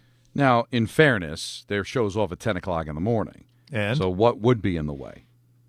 Maybe they there's no game. There's no 7 a.m. games. Turn around some sound for everybody else. I don't know, but our guys are constantly like we got guys that are moonlighting other jobs right now. The only time when I listen to a lot of the morning show, the only time there's an issue is if they're trying to talk to RJ and he's screening calls. Everyone has that issue. Right. That's going to happen, right? There's just no avoiding that. But Cusick doesn't make enough money. Neither does Jake. Pay these men. I don't think Ray or RJ do either, but I well, they do one job. Our guys do 2, 3 sometimes. Well, make sure next time if I get that pay raise, I'll help out for the lunch. So yeah, right. Sure I'll reach in my wallet. So he'll at least get a reach. It's a Excuse me? So you got that going. What was for that, you. Don? You know what, guys? I'm all set there. No, it's time for me to pause this thing and tell you about Amazon Pickup. Yeah, pause the right word. The ultimate convenience play. We all know Amazon's a part of everyday life already, but Amazon Pickups takes things to the next level. If you're pressed for time like I am, you could choose to send your orders straight to a secure pickup location that works for you. Amazon lockers and counters are located near you no matter where you're at. So whatever you're doing, you're at home, you're taking care of the baby, then you got to run out to work. Wherever you're on the move, Amazon Pickup will give you the flexibility, like they do with me, to grab what I need between shows, while running errands, while the baby naps, whatever. Simple. You order online and at checkout. Just choose the pickup location that's most convenient. You get an email confirmation when it's ready with instructions to pick it up. It's quick, secure, and always at no extra cost. Check it out for yourself. Go to Amazon.com/pickupMVP to learn more. That's Amazon.com/pickupMVP. A pick of the nose that goes 3 knuckles deep. A pick from Bill Lambier that lands you right on your fanny. An ice pick to the head. All picks that will be better than our picks coming up. Wow. For Week 10 of the National Football League on Hahn Rosenberg, ESPN New York. Score a win this game day with Amazon Pickup, the MVP of package pickup. Need that new football jersey for the big matchup? With Amazon Pickup, you can collect your order from secure Amazon lockers or counters near you on your schedule. Whether you're running from work or home or straight to the tailgate, Amazon Pickup makes it easy and worry-free at no extra cost. Don't miss kickoff. Grab your gear and your packages when it works for you. Find your nearest Amazon Pickup location at Amazon.com/pickupMVP. That's Amazon.com/pickupMVP. Looking for the best internet deal? It's just a fast phone call away. Only Optimum Fiber Internet delivers the fastest and most reliable fiber internet starting at just $25 a month. That's right, lightning fast fiber internet at a price that won't slow you down. Call 888-4-OPTIMUM today to lock in your offer in just a few minutes and see how you can also get the Disney Plus Hulu bundle and an unlimited mobile line on us. Don't take slow for an answer. Call 888-4-OPTIMUM or visit Optimum.com today. Terms apply. There he goes to the 20, 10, 5. That's a Jet touchdown. That's a Jet touchdown. Jets fans, be there at MetLife Stadium to see the New York Jets take on the Cleveland Browns on Sunday, November 9th at 1 p.m., presented by Verizon. Don't miss your chance to experience the excitement of game day at MetLife Stadium and cheer on your Jets. Lock in your seats at nyjets.com/tickets and get ready to clear the runway. The Hess truck's back and it's better than ever. Roaring engines this year. Hess race cars are here. The Hess stock car racers are loaded with lights, sounds, and a powerful racing motor. Only at HessToyTruck.com. Free shipping and batteries included. 1877 Cars for Kids. KARS Cards for Kids. 1877 Cards for Kids. Donate your card today. 1877 Cars for Kids. KARS Cars for Kids. 1877 Cars for Kids. Donate your car today. Ready to get rid of that old car? Donate it to Cars for Kids. Call 1-877-CARS-FOR-KIDS to reach a friendly live agent. Donation's super easy, and your car can be picked up as soon as tomorrow. Call us now, 1-877-CARS-FOR-KIDS. That's Cars with a K to donate your car today. 1877 Cars for Kids. Donate your car today. Did you know you can donate real estate too? Go to carsforkids.org. That's carsforkids.org. Dave Rothenberg here to tell you about my friends at Bath Fitter. Now, they converted my kids' bathtub to a shower and did an incredible, really an unbelievable job. They offer all types of custom bath renovations, including their unique PermaFit solution for a watertight fit done in just one day. Durable and easy to clean with no demo or mess and lower cost than a standard replacement. And a lifetime guarantee. Right now, no money down, no payments, no interest until 2027. So start designing your bath today like we did at bathfitter.com. There's only one bath fitter. This one's for the flavor fanatics. Sour apple 5-hour energy shots don't mess around. They bring the bite. Tart, tangy, and packed with tasty caffeine, this little 2-ounce bottle punches above its weight. With zero sugar and as much caffeine as your favorite 12-ounce coffee, it's the kind of pick-me-up that keep your taste buds happy without the crash. And it doesn't stop at sour apple. There are 17 bold flavors waiting for you to discover. Pick one up in store or stock up online at 5hourenergy.com or on Amazon today. Empower. Jen has ordered a decadent seafood tower, king crab legs, lobster tails, and a waterfall of caviar. Pricey? You bet. But Jen worked with Empower on her savings and investment strategy and planned for splurges like these. She got good at money, so she can be a little bad. Ooh, champagne. Empower. Invest well, live a little. Start today at empower.com. Past performance is not indicative of future returns. Investing involves risk. You may lose money. Advisory services are provided for a fee by Empower Advisory Group, LLC, EAG, a registered investment advisor with the Securities and Exchange Commission. OMG, those shrimps are really jumbo. You live for this. The wins, the losses, the slam dunks, and the buzzer beaters. The dream that this is your team's year. Hope, it's what keeps you coming back. So you represent with anticipation and with pride. Because when everything's on the line, your support means everything. That's why the NBA Store is here to support you. Check out the largest selection of official NBA gear at NBAstore.com. A Fanatics experience. What's the game called? Football. These are the Hahn Rosenberg Pro Picks. That's football! Not good, Bob. Picks have not been good, but, there's still a chance for things to turn around. I lost my game last night as Denver did not cover the 8.5, so my record is 13-15, 23 points. Ladies and gentlemen, that's good enough to be in first place. Alan Hahn is 11-16. But he's only 2 off the pace at 21 points. Peter Rosenberg is an embarrassment to himself and his family. 7-20. And football. But because of good Thanks, point allocation, he's at 15 points, so still very much alive if he can get on the horse here. Did you say, what's my score, my record? 7-20. 7-20. So how many threes have you hit? That's an incredible. 7-20 is incredible. Yeah, you must have hit a bunch of threes. 7 for 27? Three. Yeah. I'm at a quarter. I'm at 25%. That is ridiculously poor. But you know what? You're still very much alive. What separates us, Don? 8 points. And I already lost my 3-point play. So I could make up ground, is what you're saying. You could certainly make up ground. Right? So, and you're a good day from catching me, Pete. All right, let's see. 3-0. So Imagine that. Since I'm in first and only have 2 picks, I'm going to go. Go for it. The Bills are on the road to Miami. The Dolphins are a mess. Tua is away from throwing more picks than any Dolphin has had since Chad Henne in 2010. Oh, He's thrown 11 interceptions. It's in their second game. Love this. And that's my 2-2-2-point play. 1, 2, 3-point play. Alan? My 1-point play is a very interesting game in the NFC. Arizona at Seattle. Seattle, we just saw. They're really good. They just added Rashid Shaheed, by the way, too. They did. No, you're damn right they did. Like that's going to be a nice little addition for them. But I'm taking the points at 6.5 and going with the Cardinals and the points. Not to say they're going to win. They're going to keep it close. Why? They always do. Jacoby Brissett's playing well. He is. He's playing well. They've let Kyler Murray know, take your time. Take your time. So like I said, I don't think the Cardinals win, but I do think they keep it close enough to I'll take the 6.5 and Arizona. All right, my 2-point play.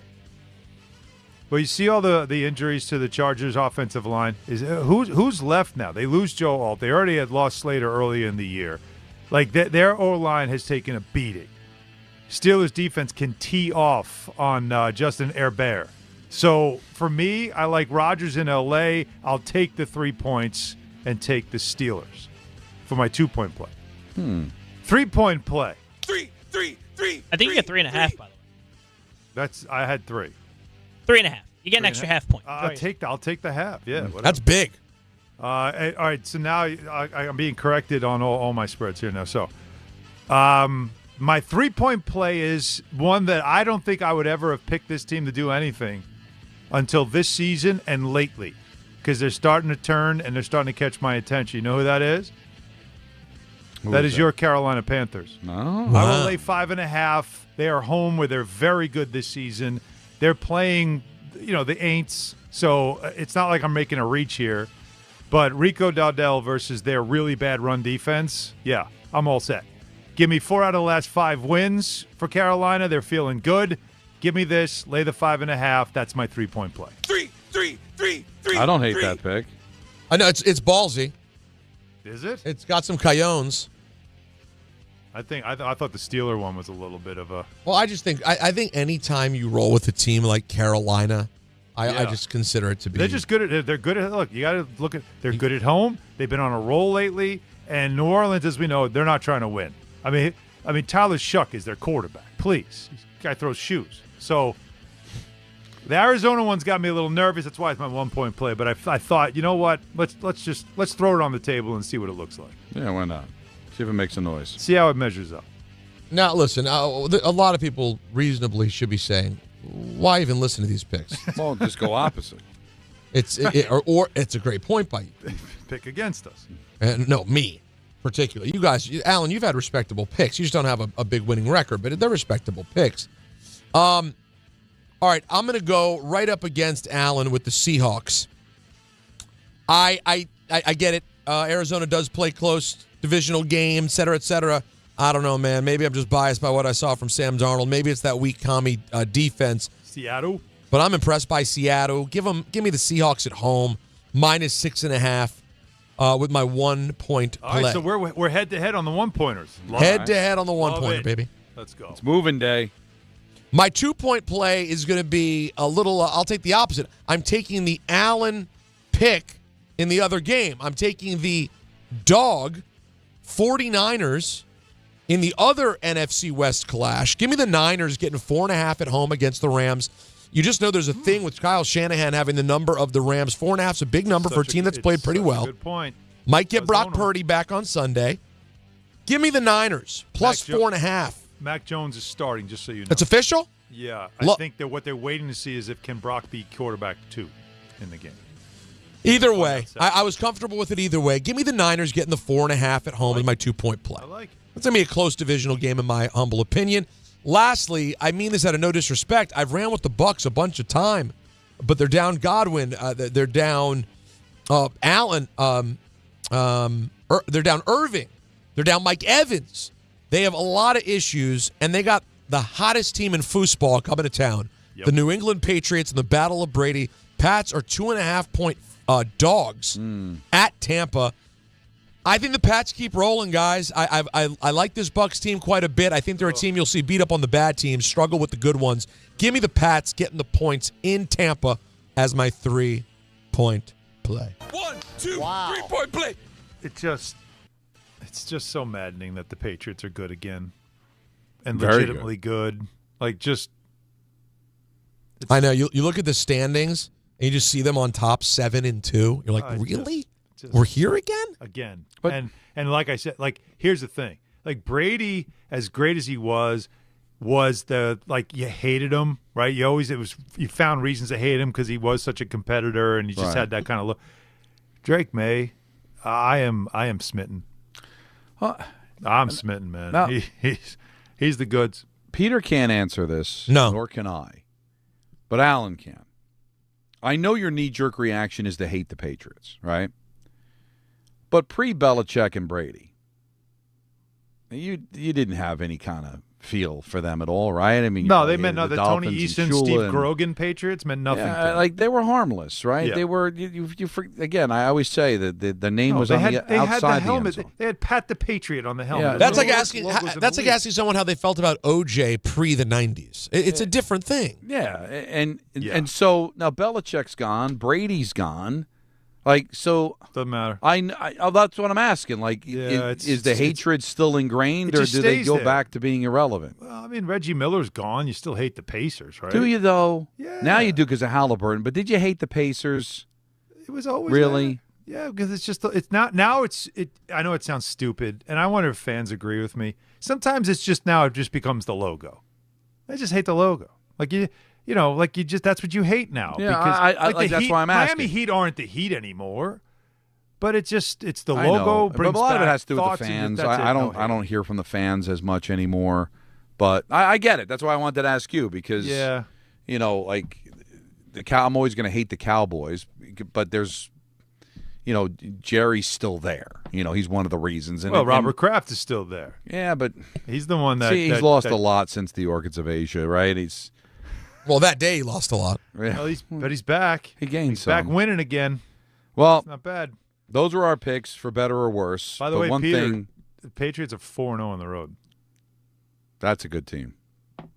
That's a mark of a good team. So for them to go down to Tampa and win is not out of. No, it's not out of the question. But 5-0 is insane. And a mark of a good show is when you close it out with an amazing segment that everybody loves, and also includes the NFL announcer lineup, and that's ENN. And it's coming up next year on Hahn Rosenberg on ESPN New York. Now, I got to give you guys a message from BetterHelp, all right? This November, BetterHelp is encouraging everyone to reach out, check in on friends, reconnect with loved ones, and remind the people in your life that you're there, all right? Now, personally, for me, I always try to stay in contact with my closest friends that I've had forever and make regular time for therapy just because it's real out here, man. Adult life is hard, and we all need someone to talk to. Now, BetterHelp, they do a great job. They'll do the initial matching work for you so you could focus on your therapy goals. You fill out a questionnaire, identify your needs, they connect you with someone, and they generally get it right, too. They have an incredible industry-leading match fulfillment rate. All right? Tailored recommendations for you with over 30,000 therapists. BetterHelp's one of the largest online therapy platforms. Having served over 5 million people globally, and guess what? It works with an average rating of 4.9 out of 5. All right? That's good. I mean, I'm no math magician, but 4.9 out of 5 in the ratings, that's what you want. Whether you're checking on a friend or reaching out to a therapist yourself, BetterHelp will just make it easier to take that first step. Our listeners get 10% off their first month. Just call pound 250 and say the keyword timeout. That's keyword timeout after calling pound 250.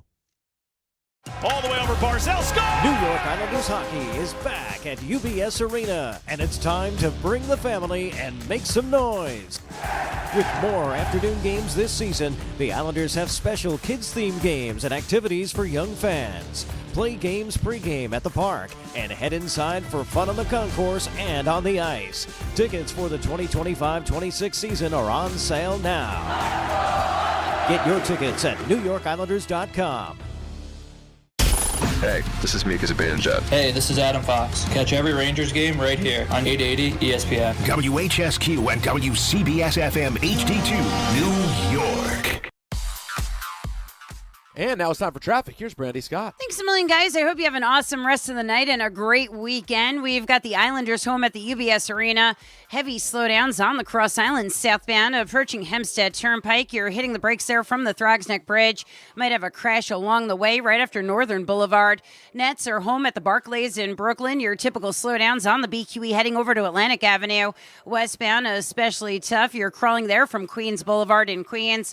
Heading over to the outbound George, only easy way to do it? Well, there isn't one. Henry Hudson, your best ride. You're packed there from the bridge. Cross Bronx westbound, just slammed from the Bruckner on through.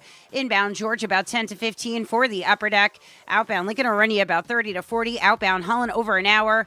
Over in Jersey, doing better on 80 eastbound in the locals. They cleaned up that car fire right after 17 in Lodi. I'm Brandy Scott on 880 ESPN New York. The Association on Aging in New York is celebrating the 60th anniversary of the Older Americans Act, which funds vital programs for millions of older adults. Services include meals, transportation, home care, Medicare counseling, case management, and caregiver support. Today, people are uncertain whether some programs remain available. We can help. To learn more about these essential programs and how to keep them, visit our website at agingny.org. Sponsored by the Association on Aging in New York. From the regular season to the Super Bowl, ESPN New York is your destination for football. We've got crazy fans. If the Giants somehow beat the Cowboys, I'm going to take a dump on your head. You can feel good because you're a damn football team. Expert analysis. Marcus Spears joins us now. ESPN NFL analyst Damian Woody. Mel Kiper Jr. The Hall of Famer Steve Young. He's kind of our resident general manager, Louis Riddick. We got Mike Tannenbaum right now. And all your fantasy and wagering needs. This is ESPN New York. We are football. Dave Rothenberg here to tell you about my friends at Bathfitter. Now, they converted my kids' bathtub to a shower and did an incredible, really an unbelievable job. They offer all types of custom bath renovations, including their unique PermaFit solution for a watertight fit done in just one day. Durable and easy to clean with no demo or mess and lower cost than a standard replacement. And a lifetime guarantee. Right now, no money down, no payments, no interest until 2027. So start designing your bath today like we did at bathfitter.com. There's only one Bathfitter. Empower. Tim collects bobbleheads. A lot of bobbleheads. Baseball bobbleheads. Race car bobbleheads. Little chihuahua bobbleheads. He's got an entire room strictly for bobbleheads. Does he need them? No. Is his wife mad about it? A little. But Tim works with Empower, and he got good at money. So he can be a little bad. Ooh, horse bobblehead. Classy, Tim. Empower. Invest well, live a little. Start today at empower.com. This college football moment is brought to you by ServPro. College football teams have moments they recovered from and made it like it never even happened. Like on September 24, 2016, when Tulsa found themselves down 31-0 to Fresno State. With 10 minutes left in the second quarter, Tulsa fought back to tie the game at 41. And then won 48-41 in double overtime. ServPro. Like it never even happened. This is an ENN special report. Now reporting. The very handsome Jewish man, Peter Rosenberg. We should talk some sports. Do what you want. It's ENN. Peter Rosenberg.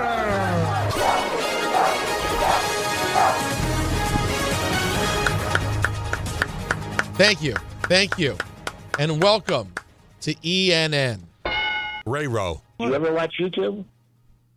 I'd like to start off this ENN by saying good evening to R-Truth and giving away some tickets for you and a guest to check out our friend of the show, the great R-Truth of WWE fame, one night only at SOB's. It's happening November 16th, the night before Cena's last Raw at MSG. So you don't know who's going to show up. You do not want to miss this event. It's going to be a great time. To enter, just open the ESPN New York app, find the contest tile, and submit your entry, and check out the hilarious and talented and incredible R-Truth. One night only, SOBs.com for tickets, and enter now on the ESPN New York app. I'd like to start off by saying good evening to all of us. The long one's coming later. Sorry? Wow. No, it's right. true. It's true. And I'd like to say good evening to Don. A pick of the nose that goes 3 knuckles deep.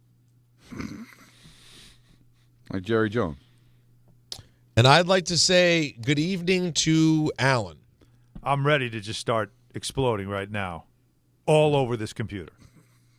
So intentional. Don, you embarrassed? It's yeah. Listen, I got to catch up. I got to catch up. Yeah, but you don't want to. You guys are so far ahead of me. You can't catch up. You can't catch up with something like that to something like this. It's your tittle. Yeah. Let me say good evening. Let me say good evening to Alan. Don holding his hammer. No, I don't remember that. Yeah, it was just the beginning of Fraud Alert Friday. Don holding his hammer. Had the gavel. Right. It's your tittle. And good evening to Danny from Long Island. That's when men were men. But it's really Joe in Staten Island. Is he still with us? I don't think so. I think we found out. I think we found out he passed. He did pass. Yeah. That's too soon. Let me say good evening to Bear. No. Missed that. That's back, baby. And lastly, good evening to Santana. Yeah, I love it. Although that wasn't done last night with this pick on the Thursday night show. No, it's gutless Broncos. You do it again. You'd be proud of it. All right, guys, let's jump into it so we get to the have time for the announcer lineup. Yeah, you got to have time for that. President Donald Trump has pardoned Mets great Darryl Strawberry of tax evasion and drug charges. I'm not going to give you all this. Back a ways, right? What did you say? That's got to go back a ways. Well, that's what I was saying. I was like, but I don't understand. Pardoned him. Nothing was happening with this, what was it? Well, something must. It's from 1995. All right, but I don't think he's doing time. No, but I'm sure was there money owed to the government that he waived. I don't know. I get maybe it's just he agreed at the time to pay more than $430,000. Does this just mean it's like stricken from his record? Yeah, I guess having those charges probably hurt him in some way, shape, or form. So, someone made a phone call, said, "Hey, Darryl, the Mets, Queens. You're from Queens." He went, "I'm Darryl." Now, this has nothing to do with the fact that he was one of my favorite players and he was a member of the last championship team I saw with the Mets. Darryl Strawberry, that is. Darryl Yeah. Strawberry. Sure. But he's really turned his life around. Oh, yeah. And he's done so much good for people. Yes. With his books and his helping people through all. He's the issues, man, including drugs. So he is a good story in somebody that was given a second chance, in some cases a third chance, and taking advantage of it for not just him but for other people too. So if anybody I think deserved to catch a break there, it was him. I love Darryl, friend of the show, friend of the former show at least. Well, I think a friend of this. We've had him once on this show too, I believe. Yeah, I think so. Right? Yeah. All right, now, more betting issues in the world. 6 former men's college b-ball players at 3 schools, New Orleans, Mississippi Valley State, and Arizona State, participated in betting schemes that included game manipulation. Game manipulation. Said Quavius Hunter. Hold on. Quavius? No, hold on. Have you seen this combo, Jacob? Listen to these names back to back. Okay, go ahead. Said Quavius Hunter, Daquavion Short, and Jamond Vincent, who played for New Orleans last season. This feels like a Key and Peele. It does. It really does. Aaron. No, he's thinking of the football one where they get up and they just gave them all ridiculous football names, like said Quavius Hunter, Albany State University. Right. I one. thought with the school No, it's teacher. not the teacher. That's No, funny. mispronouncing the names. No. They had all these players with the most bizarre names. Yeah, just like they were doing the Monday Night Football thing. Just making staying up there. names. Yeah. So what they're saying is they manipulated their performance for betting purposes in 7 games, according to the NCAA findings. In all 7 games, Hunter, Short, and Vincent allegedly lost or attempted to lose by more points than the spread at sportbooks as a conspiracy with outside bettors. So, guys, we're talking about the worst kind of betting. We're talking about Pulp Fiction, taking a dive. I mean, he didn't do it in the end. Right. That's pride. Blanking with you. You fight through that. God, he's so good in that. Pride hurts. Ving Rhames. It never helps. Ving Rhames. So good. And now poor Bruce Willis. Such a stud in that movie, man. Zed's dead, baby. All right, Antonio Brown drama, guys.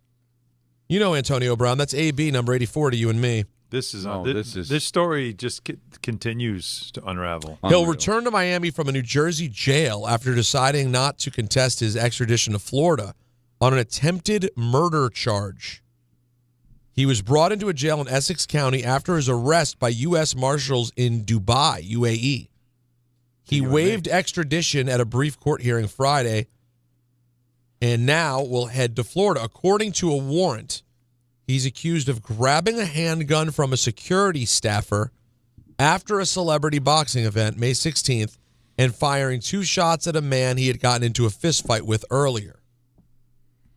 The victim, Zulkarnain Kwame Nantambo, who's also on the team we just referred to, told investigators that one of the bullets grazed his neck.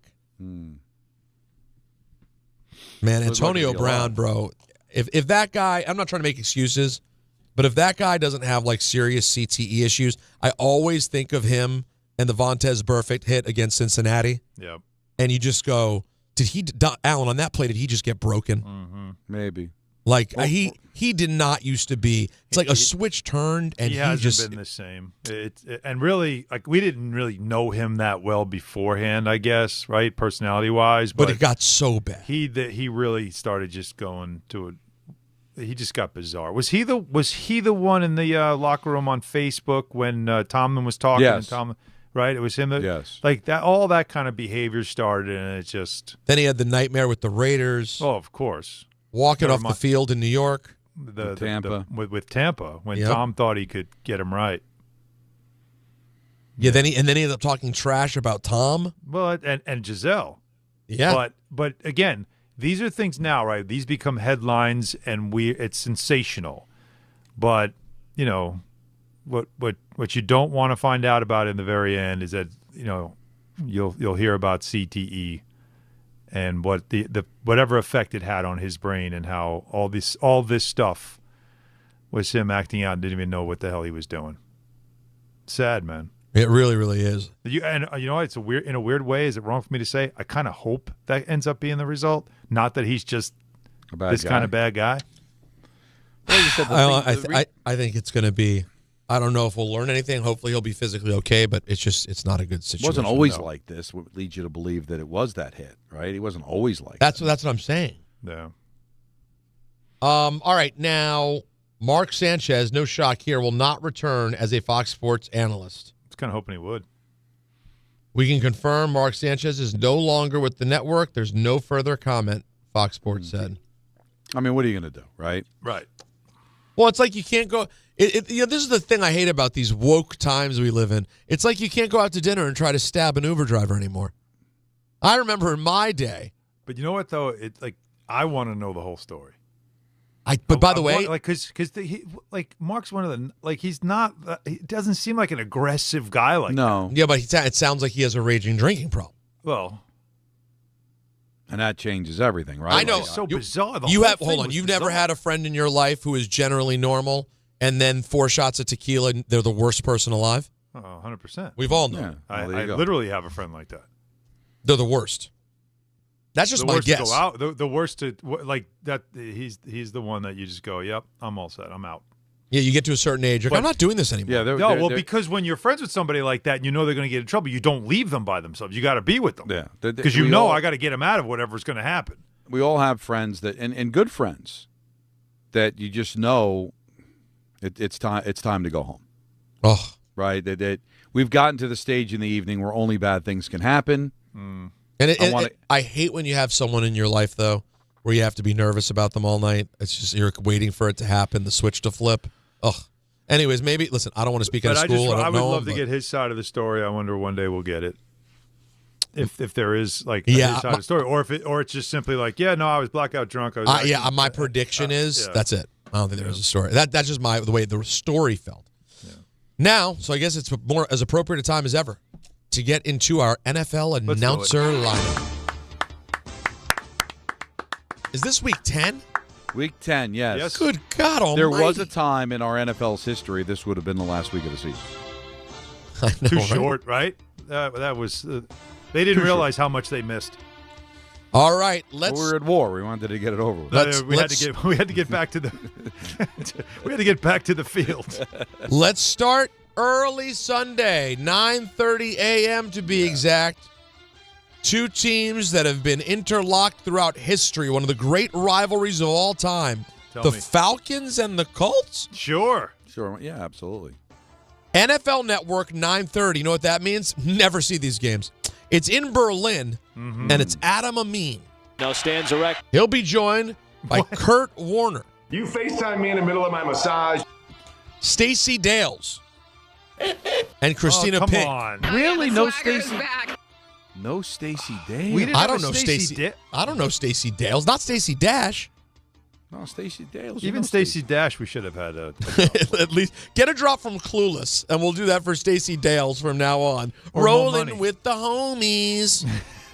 All right, 1 o'clock. She was like 40 in that movie, She's like 60 now, still drop dead gorgeous. It's 1 o'clock on Fox. The New Orleans Saints. You ready to go back out there? Yeah. All right. Sherry, can you do this? Rolling with the homie. She's actually not in the clip we just played, but it's clueless. Everybody knows what you're talking about. New Orleans and the Panthers. Oh, that NFC South clash you dream about. 1 o'clock on Fox, and you guys don't know it, but when I say it, you'll know it had to be him.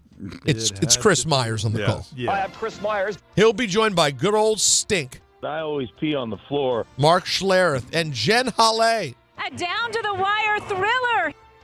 We stay at 1 o'clock. We stay on Fox, and we stay with a couple of NFC stalwarts. Hard-nosed football.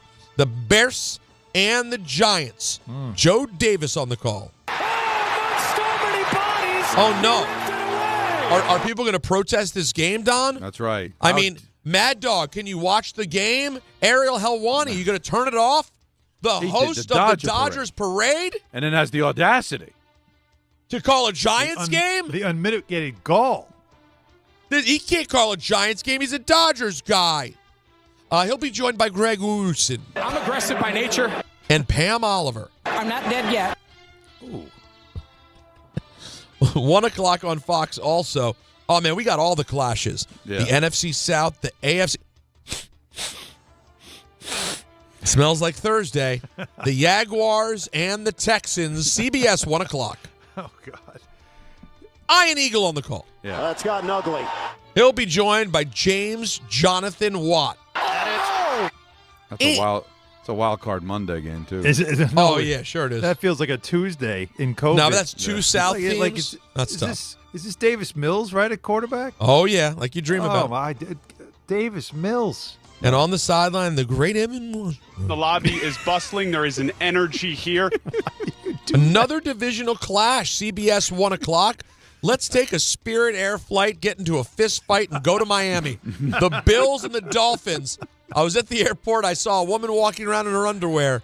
Andrew Catalan on the call. Going up high and bringing it down for 6. He'll be joined by the great Charles Chuck Davis. Joey Porter's getting away with being a little bit handsy early in this game. Jason McCourty. It's okay, Rondé. And A.J. Ross. Texans running back Joe Mixon dapping it up. The woman had a handgun in her underwear, too, which was Yeah, you don't see that every day. Yeah. Wow. And Stink was right there peeing on the floor. Don't make I me always Google pee that. on the floor. Yeah. Don't make me Google that. I really now want to Google that. Just type in Miami Airport and just see anything that happens there. Anything that happens. 1 o'clock on Sunday. We're on Fox. We go to Minnesota. And J.J. McCarthy and the Vikings against, could it be, Lamar Jackson and the Ravens. Kevin Kugler on the call. And it's caught! It's a touchdown! He'll be joined by Daryl Johnston and Allison Williams on the sideline.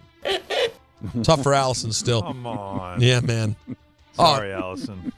You throw out the record books when these two giants get together. 1 o'clock, CBS, the Browns, the Jets. Oh, man. Spiro Dides. My heart is always at the Jersey Shore. Adam Archuleta. Adam Golden Archuleta. And the great Aditi Kinkwabala on the sideline. Thanks for having me. It's a beautiful morning. The sun is shining. It's not raining. One more 1 o'clock game, and it's the Brady Bowl. You know who had to get this game. It has to be Tom Brady? No. Oh. CBS vehicle for the Pats and the Bucks. Hello, friends. Hello, friends. It's Jim Nance alongside Tony Romo. And Tracy Wolfson. Are you kidding me? Now, 4:05 on CBS. Oh, man. A classic NFC West clash. And by that, I mean the kind of game you've fallen asleep to many times over the years. Kevin Harlan on the call, though. Well, he won't let you fall asleep. Oh, calamity! Trent Green. Good. Holy smokes. And Melanie Collins. This rivalry never disappoints. When you Derek, take me through that run. Now, we go to 4:25, guys. Sure. And I'll have you guys pick your nap coming up here in a bit between the 3-4 o'clock games. You had the Cardinals and the Seahawks. Now you have the other NFC West game, which is a doozy. The Rams at the Niners. Guys, that's a Kevin Burkhardt vehicle. Keith, these are definitely not pumpkins. He'll be joined, of course, by Tom Brady. If I wanted to have fun, I was going to go to Disneyland with my kids. Aaron Andrews. Who was talking about you? And Tom Rinaldi. How spectacular and great is this? Of course, the 49ers, 4.5-point dogs at home. They seem to own the Rams, 7 out of the last 10 over Sean McVay's team. The other 425er will have my attention, I guess. The Lions at the Commanders. And speaking of Commanders, it's been announced by the great Pat McAfee. The Commander-in-Chief, Donald Trump, will be in attendance as part of the NFL's honoring of veterans that they're doing at halftime at that game. Now, guys, Jaden Daniels is going to go ahead and not play in this game, but somehow, after the horrifying injury of Sunday night, Jaden Daniels not going to the injured reserve. No fracture and no ligament damage. The Commanders choose to keep him off the IR. I don't know how I feel about it, Don. Well, how long does that keep you out of the IR? 4.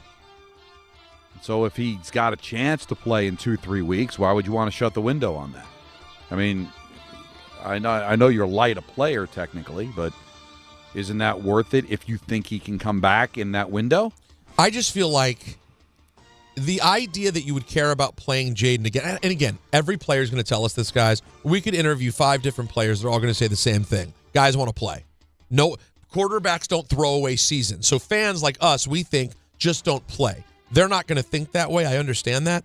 But guys, unless they come up with a couple of miracle wins to get to a decent record, how are we having a conversation? And how would you feel if they did?